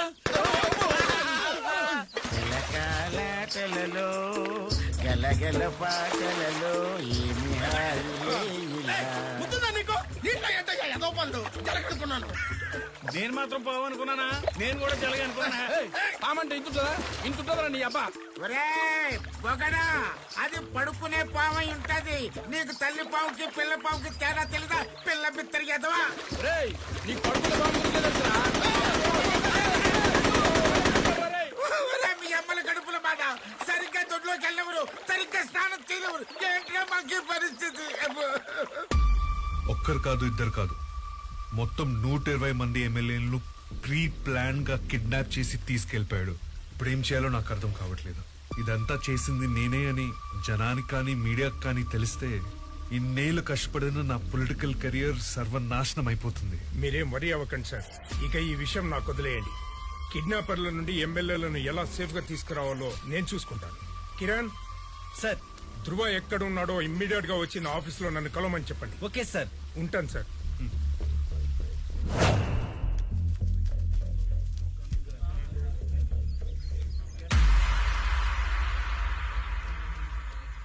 బాబు బాబు ఏంటి? మీ గురించి వాడు మాకంతా చెప్పాడు బాబు. నిజంగా మీకు జరిగింది అన్యాయమే కాదన్నాం, కానీ వాడొక్కడ తప్పు చేస్తే మమ్మల్ని అందరిని ఎందుకు తీసుకొచ్చారు బాబు? కావాలంటే వాడిని ఒక్కడే ఇక్కడ ఉంచుకొని మమ్మల్ని అందరినీ విడిచిపెట్టేయండి బాబు. సరే, మీరు చెప్పినట్లు మిమ్మల్ని అందరినీ వదిలేస్తా. దానికి ముందు మీ అందరినీ ఓ 3 ప్రశ్నలు అడుగుతా. కరెక్ట్ గా సమాధానం చెప్పారనుకోండి, ఈ రోజే ఇప్పుడే వదిలేస్తా. Question number 1. మీలో సన్నీ లియోన్ ఎంతమందికి తెలుసు? ఎందుకు తెలియదు సార్? ఆవిడ నాకు ఎంతో ఇష్టమైన సార్. ఆవిడ వీడియోలు చూడకుండా నిద్రపడదు అనుకోండి. Question number 2. పూజా హెగ్డే ఎంతమందికి తెలుసు? బాబు పూజా హెగ్డే పెద్ద హార్డ్ కోర్ ఫ్యాన్ బాబు. బాబు నువ్వు అడిగితే ఏదైనా కాదంటానా? నువ్వు అడిగితే ఏదైనా కాదంటానా? బాబు లేటెస్ట్ హిట్ అలవైకుంటా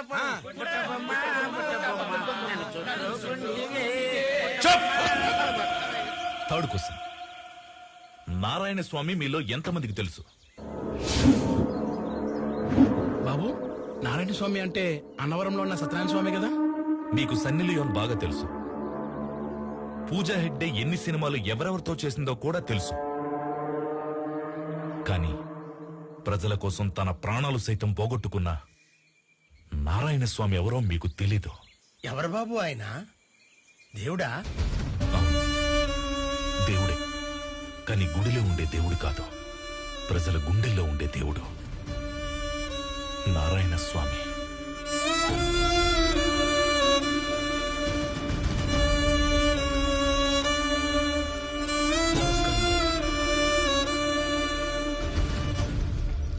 నమస్తే అమ్మా.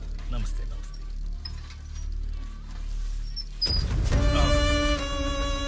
ఏంటమ్మా ఇది? చూస్తే తెలియట్లేదా? చెత్త. అది తెలుస్తూనే ఉంది. నువ్వు వేసిందే కాదు, చేసింది కూడా అదే. కానీ చెత్తని చెత్త కుండీలో వేయకుండా రోడ్డు మీద పడేస్తున్నావు ఎందుకు? ఎప్పుడు కరెక్ట్ గానే వేస్తాను, ఇవాళ్లే జస్ట్ మిస్. అబ్బా, ఇంగ్లీష్ మాట్లాడుతున్నావు. చెత్తని చెత్త కుండీలో వేయాలని తెలీదా? ఇలా చేయడం వల్లే కనిపించని రోగాలు వచ్చి మనుషులు కనపడకుండా పోతున్నారు. ఆహా, అటు చూడండి, కుండీల నిండా చెత్త. దాన్ని క్లీన్ చేయాల్సిన మున్సిపాలిటీ వాళ్ళు ఒక్కళ్ళు కూడా కనిపించకుండా పోయారు. వారం నుంచి చూస్తున్నా ఒక్కళ్ళన్నా వస్తారేమో అని. పైగా నేనేస్తేనే రోగాలు వచ్చినట్టు చెప్తున్నారు. ఆఫీసా? ఎవరు? నారాయణ స్వామి గారా? ఎలా కనిపెట్టేశావు? ఫోన్ లో కెమెరా పెట్టావా ఏంటి? అదేం లేదు సార్, మన గవర్నమెంట్ ఆఫీస్ లో ల్యాండ్ ఫోన్ మోగిందంటే అది మీ ఫోనే సార్. చెప్పండి. సుందరయ్య కాలనీలో చెత్త కుండీ అంతా నిండిపోయిందయ్యా. కాలనీ అంతా కంపు కొట్టేస్తుంది. దాన్ని క్లీన్ చేయించొచ్చు కదా. ఓ అదే, ఆ చెత్త తీసే పని మాది కాదండి, ప్రైవేట్ వాళ్ళకి కాంట్రాక్ట్ ఇచ్చాం. ఏంటి, చెత్త క్లీన్ చేసే పని కూడా ప్రైవేట్ వాళ్ళకి ఇచ్చారా? మరి మీరేం చేస్తున్నారు? మీలాంటి వాళ్ళు అడిగే సందేహాలకు సమాధానం ఇస్తుంటాంలేండి. సరే, ఆ contractor number. Hello, contractor Gangadharam గారా? అవును, మీరెవరు? నేను నారాయణ స్వామి. సుందరయ్య నగరు చెత్త క్లీనింగ్ చేసే కాంట్రాక్ట్ తీసుకుంది మీరే కదా? అవును, నేనే. ఇక్కడ చెత్త కుండీ మొత్తం నిండిపోయి కాలనీ అంతా కంపు కొట్టేస్తుంది. దీన్ని క్లీన్ చేయరు ఎందుకని? ఓ అదా, పాత టెండర్ పూర్తయిపోయింది సార్. కొత్త టెండర్ వచ్చే నెలలో వేస్తున్నాం. ఆ టెండర్ వచ్చిన తర్వాతే క్లీన్ చేస్తాం. అప్పుడు దాకా ఇలా వదిలేస్తారా? కాస్త బాధ్యత ఉండాలండి. అంత బాధ్యత ఉన్నాడు, నువ్వే క్లీన్ చేయొచ్చుగా. ఇప్పుడే కదా నేను క్లీన్ చేశాను. నేను క్లీన్ చేసిన ఉచ్చబోయడానికే. అక్కడ పబ్లిక్ బాత్రూమ్ ఉన్నాయి, అక్కడికి వెళ్ళి పోయొచ్చుగా. నేను చాలా రోజుల నుంచి ఇక్కడే పోస్తున్నా. రేపటి నుంచి ఇక్కడ పొయ్యకు. రేపు కాదు, ఎల్లుండి కాదు, ఆ మరుసటి రోజు కూడా ఇక్కడే పోస్తా. ఏ పొయ్యలేదే? నువ్వు మంచోడురా, అందుకే నీ వల్ల కాలేదు. ఇది విత్తనం. ఏంటి అలా చూస్తున్నావు? దీన్ని విసిరేస్తే మట్టిలో కలిసిపోతుంది. అదే నాటితే అదే మట్టిని చీల్చుకుంటూ మొక్కలా బయటకొస్తుంది. నువ్వు కూడా ఈ విత్తనం లాంటి వాడివి. ఈ విత్తనం పెద్ద వృక్షం అవుతుంది, కాయలు పళ్ళు ఇస్తుంది. అవేమీ ఇవ్వకపోయినా కనీసం 10 మందికి నీడనిస్తుంది, వర్షాన్నిస్తుంది. నువ్వు నాటే ఈ విత్తనం పెరిగి పెద్దదయ్యి నీ తర్వాత కూడా నీ పేరు నిలబడుతుంది. దీన్ని నాటుతావో విసిరేస్తావో అది నీ. ఇక్కడ ఇంత శుభ్రంగా ఉంది, ఇక్కడ పోస్తున్నావేంటి? అక్కడ పబ్లిక్ టాయిలెట్స్ ఉన్నాయి కదా, అక్కడికి వెళ్ళు. ఒరేయ్, అక్కడికి వెళ్తే వాడు 2 రూపాయలు అడుగుతాడ్రా. తాగడానికి నీళ్ళే రూపాయరా, కానీ ఉచ్చ పోసుకోవడానికి 2 రూపాయలా? ఎలా వెళ్ళు. పోతున్నావులే.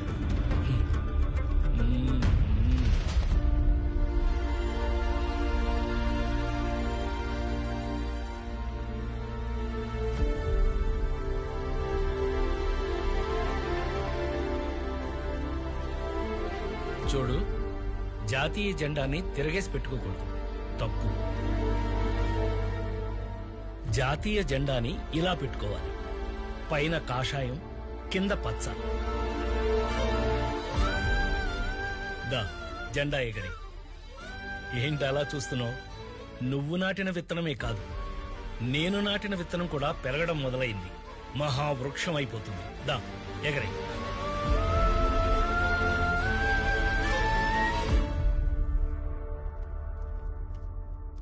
మీ అమ్మా నాన్న ఎవరు? ఏం చేస్తుంటారు? మా అమ్మా నాన్న గంజాయి వ్యాపారం చేసేవాళ్ళు. పోలీసు వాళ్ళు కొట్టడం వల్ల మా నాన్న చనిపోయాడు. మా అమ్మ జైల్లో ఉంది. నువ్వు చదువుకోట్లేదా? చదివేవాణ్ణి. మా అమ్మ చదువు మానేసి గంజాయి వ్యాపారానికి వెళ్ళు వెళ్ళు అనేది. అందుకే నన్ను మా అమ్మ బడికి పంపించలేదు. నేను బడికెళ్ళి చదువుకోలేదు. ఇప్పుడు చదువుకుంటావా? చదువుతాను.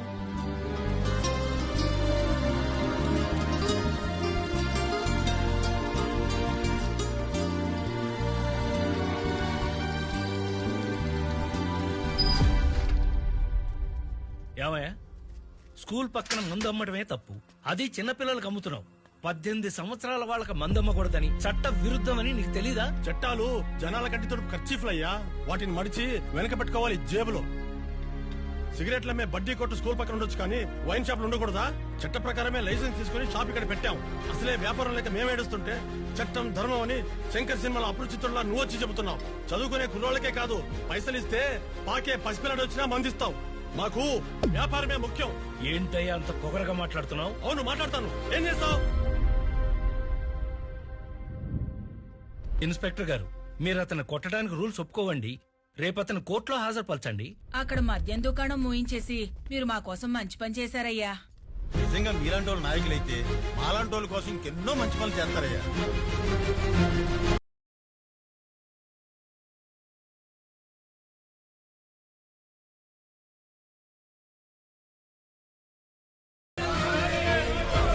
అలా ఆ రోజు ప్రజలు నారాయణ స్వామిని ఎమ్మెల్యేగా అత్యధిక మెజారిటీతో గెలిపించారు. తనను గెలిపించిన ప్రజల కోసం ఏదైనా చెయ్యాలనే తపనతో ప్రజల కష్టసుఖాలు తెలుసుకోవడానికి ప్రతి ఇంటి గడప తొక్కాడు. అప్పుడే ఆయన తెలుసుకున్న విషయం, పక్కనే జీవనది గోదావరి ఉన్నా ఆ నీళ్లు ప్రజల సాగునీటికి తాగునీటికి ఉపయోగపడట్లేదని, ఆ నీళ్లు ప్రజల అవసరాలకు అందించలేని ప్రభుత్వాల అసమర్థతపై గళమెత్తాడు. ఆ నియోజకవర్గం వ్యాసార్థమెంత, అక్కడ భౌగోళిక పరిస్థితులేంటి, అక్కడి వాతావరణానికి తగ్గట్టుగా ఏ పంటలేస్తే రైతులకు మంచి దిగుబడి వస్తుంది, ఇలా ఎన్నో సమస్యలపై ఒక పుస్తకమే రాసుకుని ప్రజల్లోకి వెళ్ళాడు. ఈ రోజు నేను గెలవడం కన్నా నన్ను గెలిపించి మీరందరూ ప్రజాస్వామ్యాన్నే గెలిపించారు. ఈ మార్పు మన దేశ రాజకీయాలకి నాంది కావాలి. నా చేతిలో ఉన్న ఈ పుస్తకం మన నియోజకవర్గపు లోటుపాట్లు, మీ అందరి అవసరాలు, వాటిని నేను ఎలా తీర్చాలి అని నేను రాసుకున్న మన నియోజకవర్గపు రాజ్యాంగం. తప్పకుండా ప్రతి సమస్య మీద అసెంబ్లీలో పోరాడతాం. ఈ 5 ఏళ్లలో మన నియోజకవర్గపు రూపురేఖలు మార్చేలా అసెంబ్లీ సాక్షిగా నా పోరాటం సాగుతుంది. ఇదే నేను మీకు ఇస్తున్న వాగ్దానం.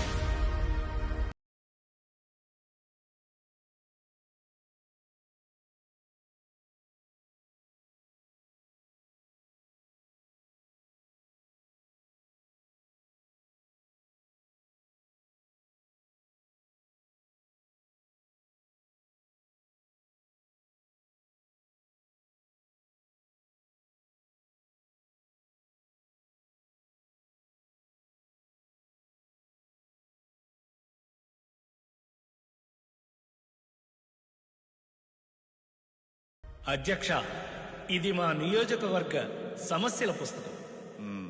తమరు కొంచెం సమయం కేటాయిస్తే మా నియోజకవర్గ సమస్యలన్నీ మీకు విన్నవించుకుంటారు.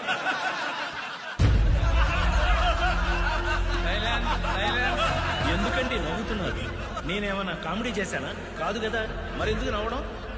అధ్యక్ష, నారాయణ స్వామి గారిని చూస్తుంటే అసెంబ్లీకి వచ్చినట్టు కనపడటం లేదు అధ్యక్ష. పుస్తకాలు పట్టుకొని స్కూల్కి వచ్చినట్టు ఉంది అధ్యక్ష. ఏం మాట్లాడుతున్నారండి? ఇవి మా నియోజకవర్గ సమస్యలండి.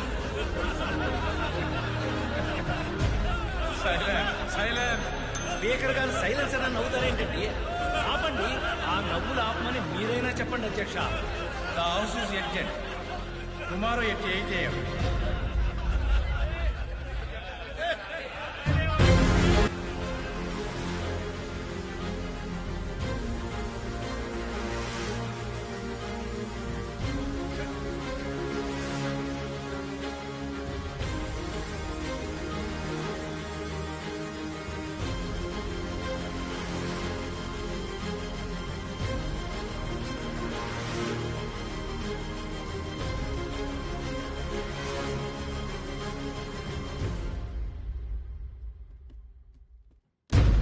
భాస్కర్ రెడ్డి గారు, ఇప్పుడు మీరు మాట్లాడండి.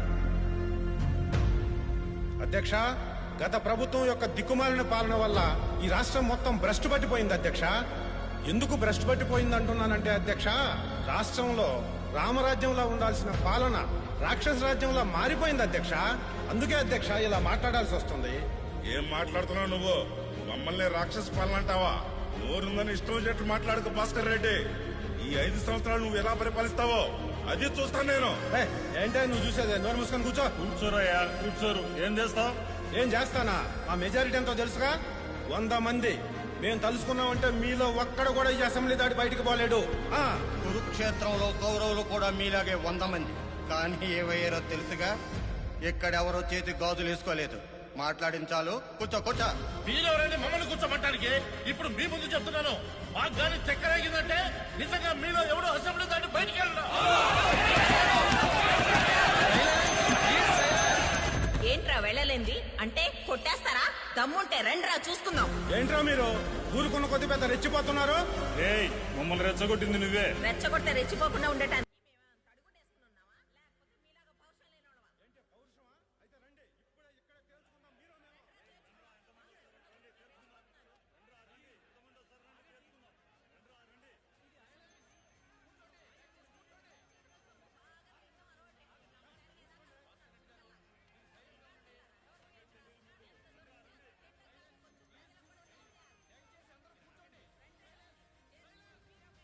సేపు వాయిదా వేస్తున్నాను.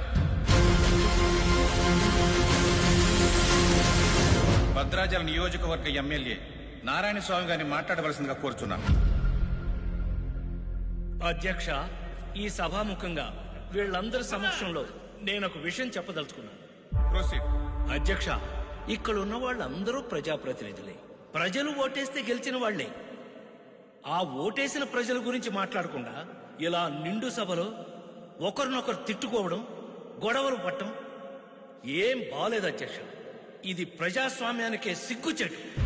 అధ్యక్ష, నారాయణ స్వామి గారు సభా మర్యాద లేకుండా మాట్లాడుతున్నారు. జనాలు గుడ్డిగా ఓట్లేస్తే గెలిచి ఇక్కడికి వచ్చి కూర్చోలేదు అధ్యక్ష. మేము అలాంటి మమ్మల్ని పట్టుకొని సిగ్గులేని వాళ్ళు అంటాడా? ఈ విషయం మీద నారాయణ స్వామి గారు వెంటనే మాకు క్షమాపణ చెప్పి తీరాల్సిందే.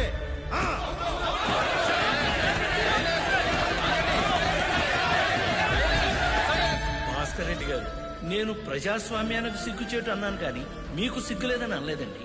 అయినా ఈ క్షమాపణలు, గొడవలతో సభా సమయాన్ని వృధా చేసే బదులు అందరం కలిసి పనిచేసి ప్రజల అవసరాలు, సమస్యలు తీర్చడం మంచిది కదా. అంటే మేము గొడవలు చేసేవాళ్ళమా? మా ముఖ్యమంత్రికి మాకు ఎలా పరిపాలించాలో నువ్వు చెప్తున్నావా? అధ్యక్ష, ఇక్కడున్న ముఖ్య నాయకులందరికీ ఈ సందర్భంగా నారాయణ స్వామి గారు క్షమాపణ చెప్పి తీరాల్సిందే.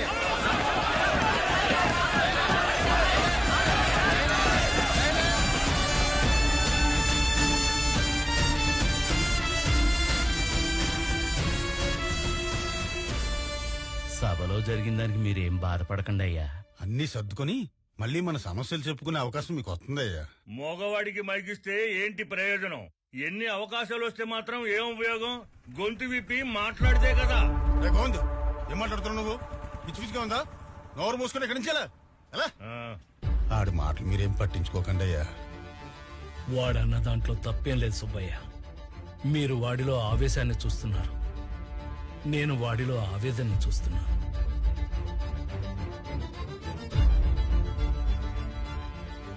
అధ్యక్ష, మా నియోజకవర్గంలో ఎన్ని మంచి వనరులున్నా వాటిని ఎలా ఉపయోగించుకోవాలో తెలియక మా నియోజకవర్గ ప్రజలు వెనకబడిపోయి ఉన్నారు అధ్యక్ష. వాళ్ల గురించి అధికార పార్టీ వాళ్ళకి ఎన్నిసార్లు విన్నవించుకున్నా నిధులు కేటాయించట్లేదు అధ్యక్ష. ఇలా అయితే మమ్మల్ని నమ్ముకున్న నియోజకవర్గ ప్రజలు ఏమైపోవాలి అధ్యక్ష? చెప్పండి అధ్యక్ష. నారాయణ స్వామి గారు, మీ నియోజకవర్గ ప్రజల సమస్యల గురించి వచ్చే సమావేశాల్లో తప్పకుండా చర్చించుకుందాం. ఇక మీరు కూర్చోండి. అధ్యక్ష, నేను ఇంతవరకు మాట్లాడటం మొదలే పెట్టలేదు, అప్పుడే కూర్చోమంటే ఎలా అధ్యక్ష? నారాయణ స్వామి గారు, ప్లీజ్ మీరు కూర్చోండి. శ్రీనివాస్ గౌడ్ గారు, మీరు మాట్లాడండి. అధ్యక్ష, ఇది సభా మర్యాద కాదు అధ్యక్ష. మా నియోజకవర్గ సమస్యల గురించి నన్ను మాట్లాడివ్వండి అధ్యక్ష. ప్లీజ్ నారాయణ స్వామి గారు, మీరు కూర్చోండి. చివరిగా 10 నిమిషాలన్నా నాకు కేటాయించండి అధ్యక్ష, ప్లీజ్. శ్రీనివాస్ గౌడ్ గారు, మీరు మాట్లాడండి.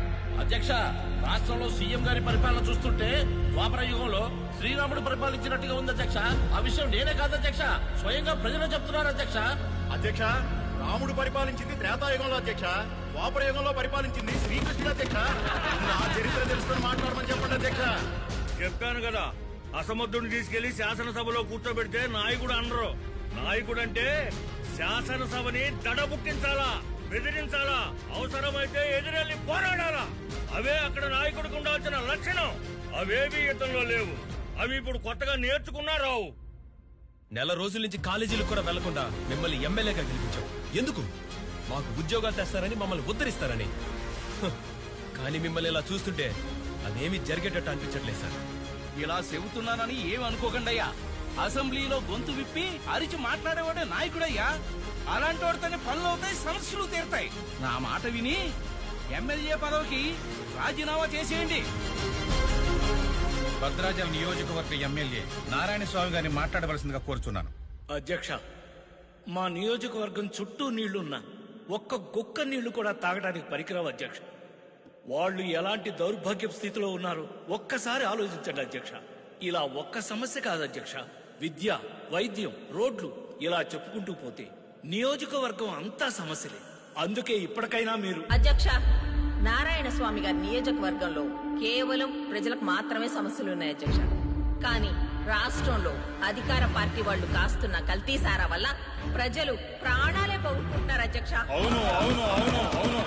అధికారం చేతిలో ఉంది కదా అని డబ్బే లక్ష్యంగా పెట్టుకున్న ఈ అధికార పార్టీ వాళ్ళు అసలు ప్రభుత్వాన్నే నడుపుతున్నారా లేక మద్యం దుకాణాలనే నడుపుతున్నారా చెప్పాలి అధ్యక్ష. మేము కేవలం మద్యం దుకాణాలే నడుపుతున్నాం అధ్యక్ష. ఈ ప్రతిపక్షం వాళ్ళు అధికారంలో ఉన్నప్పుడు ఏకంగా బ్రోతల్ హౌసులే నడిపారు.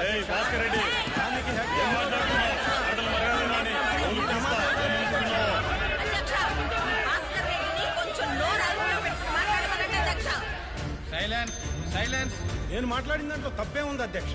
ఈ రమాదేవి గారు ఏంటో, ఈవిడ చరిత్ర ఏంటో, ఒకప్పుడు చిలకలూరుపేటలో ఏం చేసిందో అందరికి తెలిసిందే అధ్యక్ష.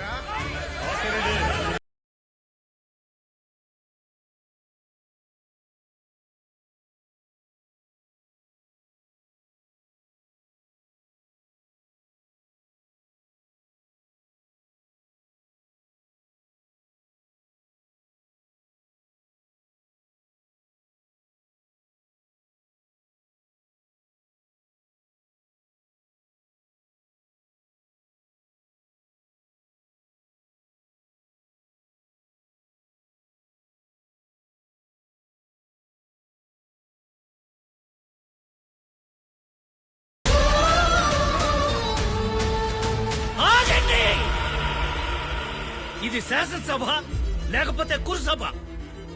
సిగ్గు లేదు మీ అందరికీ? అధికార పార్టీ పాలించాలి, ప్రతిపక్ష పార్టీ ప్రశ్నించాలి. కానీ మీరేం చేస్తున్నారు? ఇందుకేనా ప్రజలందరూ మిమ్మల్ని గెలిపించి ఇక్కడికి పంపించింది?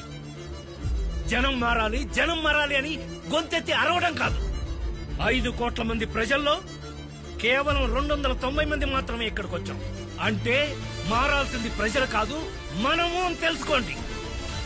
మన మీద నమ్మకంతో మనకు ఓట్లేసి గెలిపించిన ప్రజల కోసం మనమేమి పోరాటాలు, యుద్ధాలు చేయక్కర్లేదు.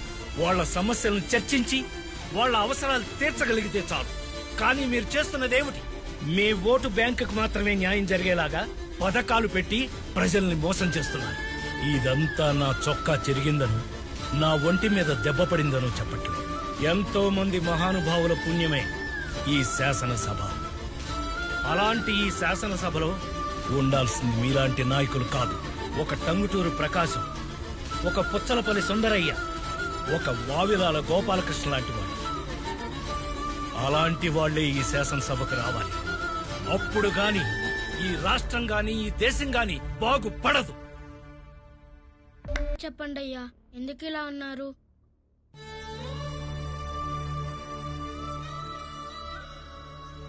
ఓడిపోయానురా.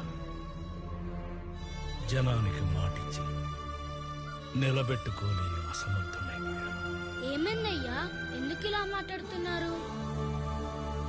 అధికారంలోకి రాగానే ఏమైనా చేయగలం అనుకునే రాజకీయ నాయకుల్ని మార్చాలరా. అది ఎప్పుడైతే జరుగుద్దో అప్పుడే ఈ సమాజం బాగుపడుతుంది. అయితే వాళ్ళని నేను మారుస్తానయ్యా. ఏంటి, నువ్వు మారుస్తావా? అవునయ్యా, నేను మారుస్తా. ఏది, అలాగే నాకు మాటివ్వు. మాటిస్తున్నానయ్యా, నిజంగానే వాళ్ళందరినీ నేను మారుస్తాను.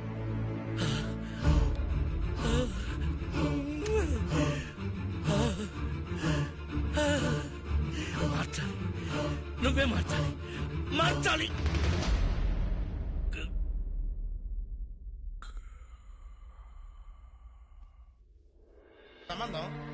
అయినా ప్రజాసేవ చేసుకునే వాళ్ళం మమ్మల్ని ఇక్కడికి తీసుకొచ్చి ఇలా ఇబ్బంది పెట్టడం కరెక్ట్ కాదు బాబు. ప్రజాసేవ? ఏం ప్రజాసేవ చేస్తున్నారు మీరంతా? ఒక్కటి చెప్పండి. నెల తిరగకుండానే రేషన్ ఇస్తున్నాం, ముసలాళ్ళకి వికలాంగులకి ప్రతి నెల పెన్షన్ ఇస్తున్నాం, నిరుద్యోగులకు నిరుద్యోగ భృతి ఇస్తున్నాం, ఇన్ని మంచి పనులు చేస్తున్నాం. ఇవన్నీ సేవ కాదా? ప్రజాసేవ చేయడం అంటే టైంకి రేషన్ బియ్యం, కందిపప్పు ఇవ్వడం కాదు సార్. అయినా 20 ఏళ్ల కుర్రాడికి ఎందుకు సార్ నిరుద్యోగ భృతి? వాడు కష్టపడలేడా? 2 ఎకరాల రైతుకి ఎందుకు సార్ రేషన్ బియ్యం? వాడు పండించుకోలేడా? మీ ప్రభుత్వ పథకాల వల్ల కష్టపడే తత్వం, పండించే సామర్థ్యం చచ్చి బద్ధకం నిద్రలేస్తోంది సార్. ఏ రోజైతే మీ ఉచిత పథకాల కన్నా కష్టపడటమే ఉత్తమమని ప్రజలు ఎప్పుడైతే నమ్ముతారో ఆ రోజే మీరు నిజమైన ప్రజాసేవ చేసినట్లు సార్. అంటే మా మీద నమ్మకం లేకుండానే ప్రజలు మమ్మల్ని గెలిపిస్తున్నారా? మీ పేరు మారుతురావు కదా? అవును. మీ నియోజకవర్గం రామాపురం కదా? అవును, రామాపురమే. మీ రామాపురం గురించి మీకేం తెలుసు కొంచెం చెప్పండి సార్. ఏముందండి రామాపురంలో? 4 మండలాలు, 6 గవర్నమెంట్ ఆసుపత్రులు, 20 ప్రైవేట్ ఆసుపత్రులు, 12 సినిమా థియేటర్లు, 130 వైన్ షాపులు. అంతేగాక ఓటర్లు అంటారా, రెడ్లు 50,000 మంది, కాపులు 70,000 మంది, మిగతా ఓసీ క్యాస్ట్లు అన్ని కలిపి 1,00,000. అది కాకుండా బీసీ, ఎస్సీ, ఎస్టీలు మొత్తం కలిపి 2 లక్షల మంది ఓట్లు. అంతేకాదండోయ్, డైరెక్టర్ సుకుమార్ గారు, హీరోయిన్ అంజలి పుట్టింది ఇక్కడే. ఇంకేం కావాలండి? Nice information sir. అదే రామాపురంలో ఒకప్పుడు వేలల్లో ఉండే రైతులు ఇప్పుడు 100లోకి ఎందుకు వచ్చారో తెలుసా సార్? తెలీదయ్యా, మా నియోజకవర్గం గురించి మాకేం తెలీదు. నీకేం తెలుసో చెప్పు. రామాపురం మొత్తం ఓటర్ల సంఖ్య 4,80,000. అందులో పురుషులు 2,50,000, స్త్రీలు 2,28,000. మిగిలిన వాళ్ళు థర్డ్ జెండర్. అక్కడ వర్షపాతం, నీటి సదుపాయం ఎక్కువగా ఉండడం వల్ల వరి, చెరుకు వంటి పంటలకు ఆ నేల అనుకూలం. ఇక సమస్యల విషయానికొస్తే రామాపురం మెయిన్ సెంటర్ లోనే పెద్ద డంపింగ్ యార్డ్ ఉంది. ఇంకా అక్కడ రోడ్ల గురించి మనం ఎంత తక్కువ మాట్లాడుకుంటే అంత మంచిది. ఆయన అధికార పార్టీ ఎమ్మెల్యే. మీరు ప్రశ్నించడంలో అర్థం ఉంది. మరి మేం ప్రతిపక్షంలో ఉన్నాం కదా, వాళ్లతో పాటు మమ్మల్ని ఎందుకు తీసుకొచ్చినట్టు? ఒక ప్రతిపక్ష పార్టీగా మీకు గవర్నమెంట్ సపోర్ట్ లేకపోవచ్చు, కానీ వాయిస్ రైజ్ చేయడానికి అసెంబ్లీ ఉంది కదా, అక్కడెందుకు మాట్లాడరు సమస్యలపైన? ప్రజలు ఓట్లేసి అసెంబ్లీకి పంపింది వాళ్ళకేదో మంచి చేస్తారన్న నమ్మకంతో. కానీ పెట్రోల్ రేటు పెరిగితే పట్టింపు లేదు, ఉల్లి ధర ఊసే లేదు. రైతుల ఆత్మహత్యలు మనకు కేవలం ఒక వార్త మాత్రమే. మారాలి, మన ఆలోచన ధోరణి మారాలి, మనం ప్రవర్తించే తీరు మారాలి. మేం మారాలని చెప్తున్నారు సరే, మరి జన సంగతి ఏంటి? వాళ్ళు నోట్లు తీసుకుని ఓట్లేయట్లేదా? వాళ్ళకేం చెప్తారు? డబ్బు తీసుకుని ఓట్లేయమని జనానికి నేర్పిందెవరు? మీ రాజకీయ నాయకులు కాదా? ఓటుకు నోటు ఆశించే వాళ్లే కాదు సార్, ఓటుకు న్యాయం కావాలని ఆశించే వాళ్ళు కూడా ఉన్నారు. మీరేం చేస్తుంటారు? ఆటో నడుపుతానండి. మరి ఈ పోస్టర్లు అంటించడం ఏంటి? నాన్న కోసం ఈ మాత్రం చేయకపోతే బాగోదు కదండి. ఎందుకు? నాని అన్న అంటే అంత అభిమానం మీకు? మా కష్టాలన్నీ బాగా తెలిసినవాడు. అతను అధికారంలోకి వస్తే చాలా మందికి జాబులు వస్తాయి, ఊరు చాలా బాగుపడుతుంది. అంత నమ్మకమా? చాలా నమ్మకం. అతను మాటిచ్చాడంటే ఖచ్చితంగా చేసి తీరుతాడు. మా ఎమ్మెల్యే శనకోటయ్య గారిని అరెస్ట్ చేసినప్పుడు ఆయన ఇడిపించాలని చేసిన నిరసనలో మా ఆయన పెట్రోల్ పోసుకుని నిప్పంటించుకున్నాడండి. మరి చిన్న కోటయ్య గారు ఏం చేశారు? ఆయన అధికారంలోకి రాగానే గవర్నమెంట్ తో మాట్లాడి డబ్బులు ఇప్పిస్తామన్నారు. మరి ఇచ్చారా? ఆయన మాట ఇచ్చారు కదండి. మాట అంటే మాటే. ఇలా మీరిచ్చిన మాటలు మాటలుగానే మిగిలిపోయిన కథలు చాలానే ఉన్నాయి. ఇక నుంచైనా మారండి. జెండాలు మార్చే అజెండాలుగా కాదు, జనాల తలరాతలు మార్చే అజెండాలుగా ఫాలో అవ్వండి. కాదు కూడదు, మేము ఇలానే ఉంటాం, ప్రజల్ని డబ్బుతో కొంటామంటే ఇక్కడ నుండి ఒక్కడు కూడా ప్రాణాలతో బయటికి వెళ్ళడం. సూర్య, వీళ్ళకి ఎంత చెప్పినా వీళ్ళు మారరు సూర్య. వీళ్ళు ఇలానే ఉంటారు. నా మాట విని వీళ్ళని చంపేద్దాం సూర్య. అరే ఉండవా, ఉండు. బ్రదరు, మీరు చంపాలనుకుంటే మమ్మల్ని చంపేయండి, కానీ చనిపోయే ముందు మేమందరం మారాలనుకుంటున్నాం. మాకు ఒక ఛాన్స్ ఇవ్వండి. ఇన్నాళ్ళు ప్రజల సొమ్ముని ఎలా దోచుకోవాలని ఆలోచించాం. ఇప్పుడు నువ్వు ఒక్క అవకాశం ఇస్తే ఆ ప్రజల సొమ్మును ప్రజలకు ఎలా పంచాలో ఆలోచిస్తాం. ఆ నారాయణ స్వామి గారి కన్న కలల్ని మేము నిజం చేసి చూపిస్తాం. వాడి పేరు సూర్య. ఆల్రెడీ ఒక మర్డర్ కేసులో శిక్షను కూడా అనుభవిస్తున్నాడు. అధికార పార్టీ ప్రోద్బలంతో జైలర్ను మేనేజ్ చేసి వాడిని బయటికి తీసుకొచ్చారు. వాడు చాలా తెలివిగా 2 పార్టీల ఎమ్మెల్యేలను కిడ్నాప్ చేసి తీసుకెళ్లిపోయాడు. వాడి ప్లాన్ ఏంటో, వాడు ఎందుకు కిడ్నాప్ చేశాడో వాడికి తప్ప ఇంకెవరికి తెలియదు. అర్థమైంది సార్. వాడెక్కడున్నా ఎమ్మెల్యేలందరినీ సేఫ్ గా తీసుకొచ్చే బాధ్యత నాది. సార్, ఉద్యోగానికి ఏం ప్రాబ్లం కాదుగా. కాయిన్ కి 2 పక్కల బొమ్మను చూసేవాడి.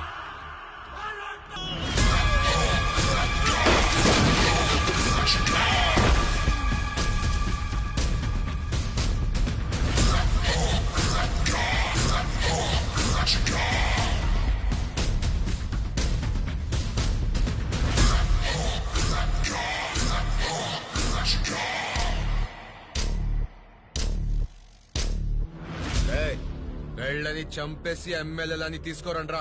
కాన్ అత దేఖ్లేదు. ఆగండి.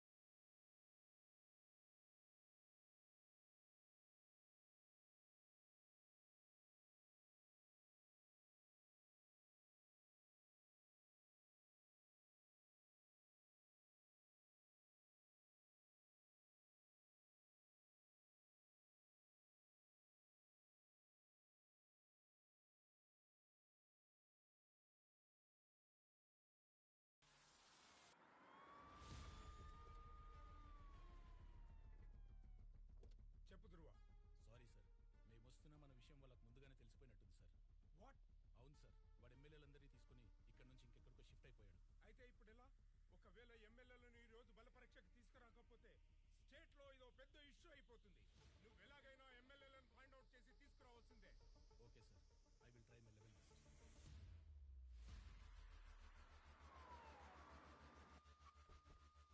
ఇదిగోండి మేడం ఫైలు. అందరి సంతకాలు దీంట్లో ఉన్నాయి. మా గవర్నమెంట్ ని సపోర్ట్ చేసే MLAs list sir. Thank you sir.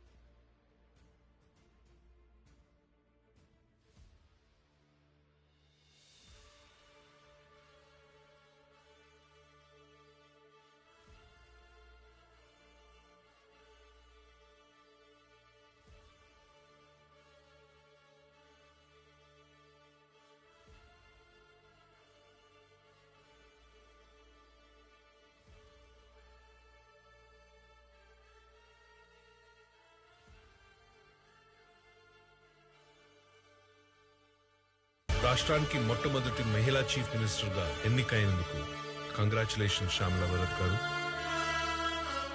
Best wishes. Thank you.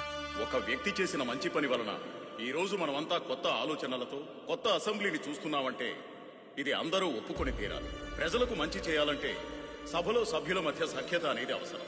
ముందుగా ప్రతిపక్ష పార్టీ తరఫు నుండి ఏవైనా ప్రజా సమస్యలుంటే ప్రస్తావించవలసిందిగా కోరుతున్నాం. అధ్యక్ష,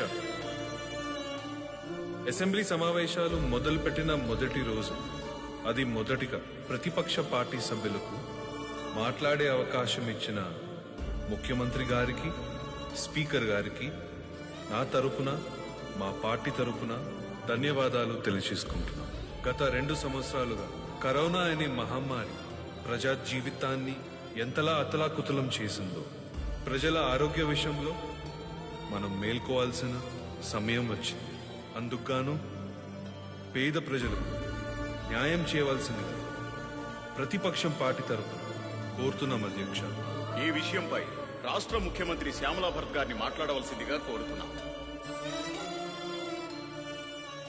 అధ్యక్ష, ముందుగా ఇలాంటి చక్కని వాతావరణంలో గొడవలకి తావు లేకుండా ప్రజా ప్రయోజనం కోసం ఉపయోగపడే బిల్లును సభలో ప్రవేశపెట్టిన ప్రతిపక్ష పార్టీ సభ్యులు రామ్మోహన్ రావు గారిని, ఆ పార్టీని నేను అభినందిస్తున్నాను. కామన్ మ్యాన్ కి కూడా కార్పొరేట్ వైద్యం, అది 10 రూపాయలైనా 10 లక్షలైనా మంచి వైద్యం అందించాలన్న సదుద్దేశంతో మీ అందరి సమక్షంలో ఈ ఫైల్పై నా మొదటి సంతకం చేస్తున్నాను అధ్యక్ష.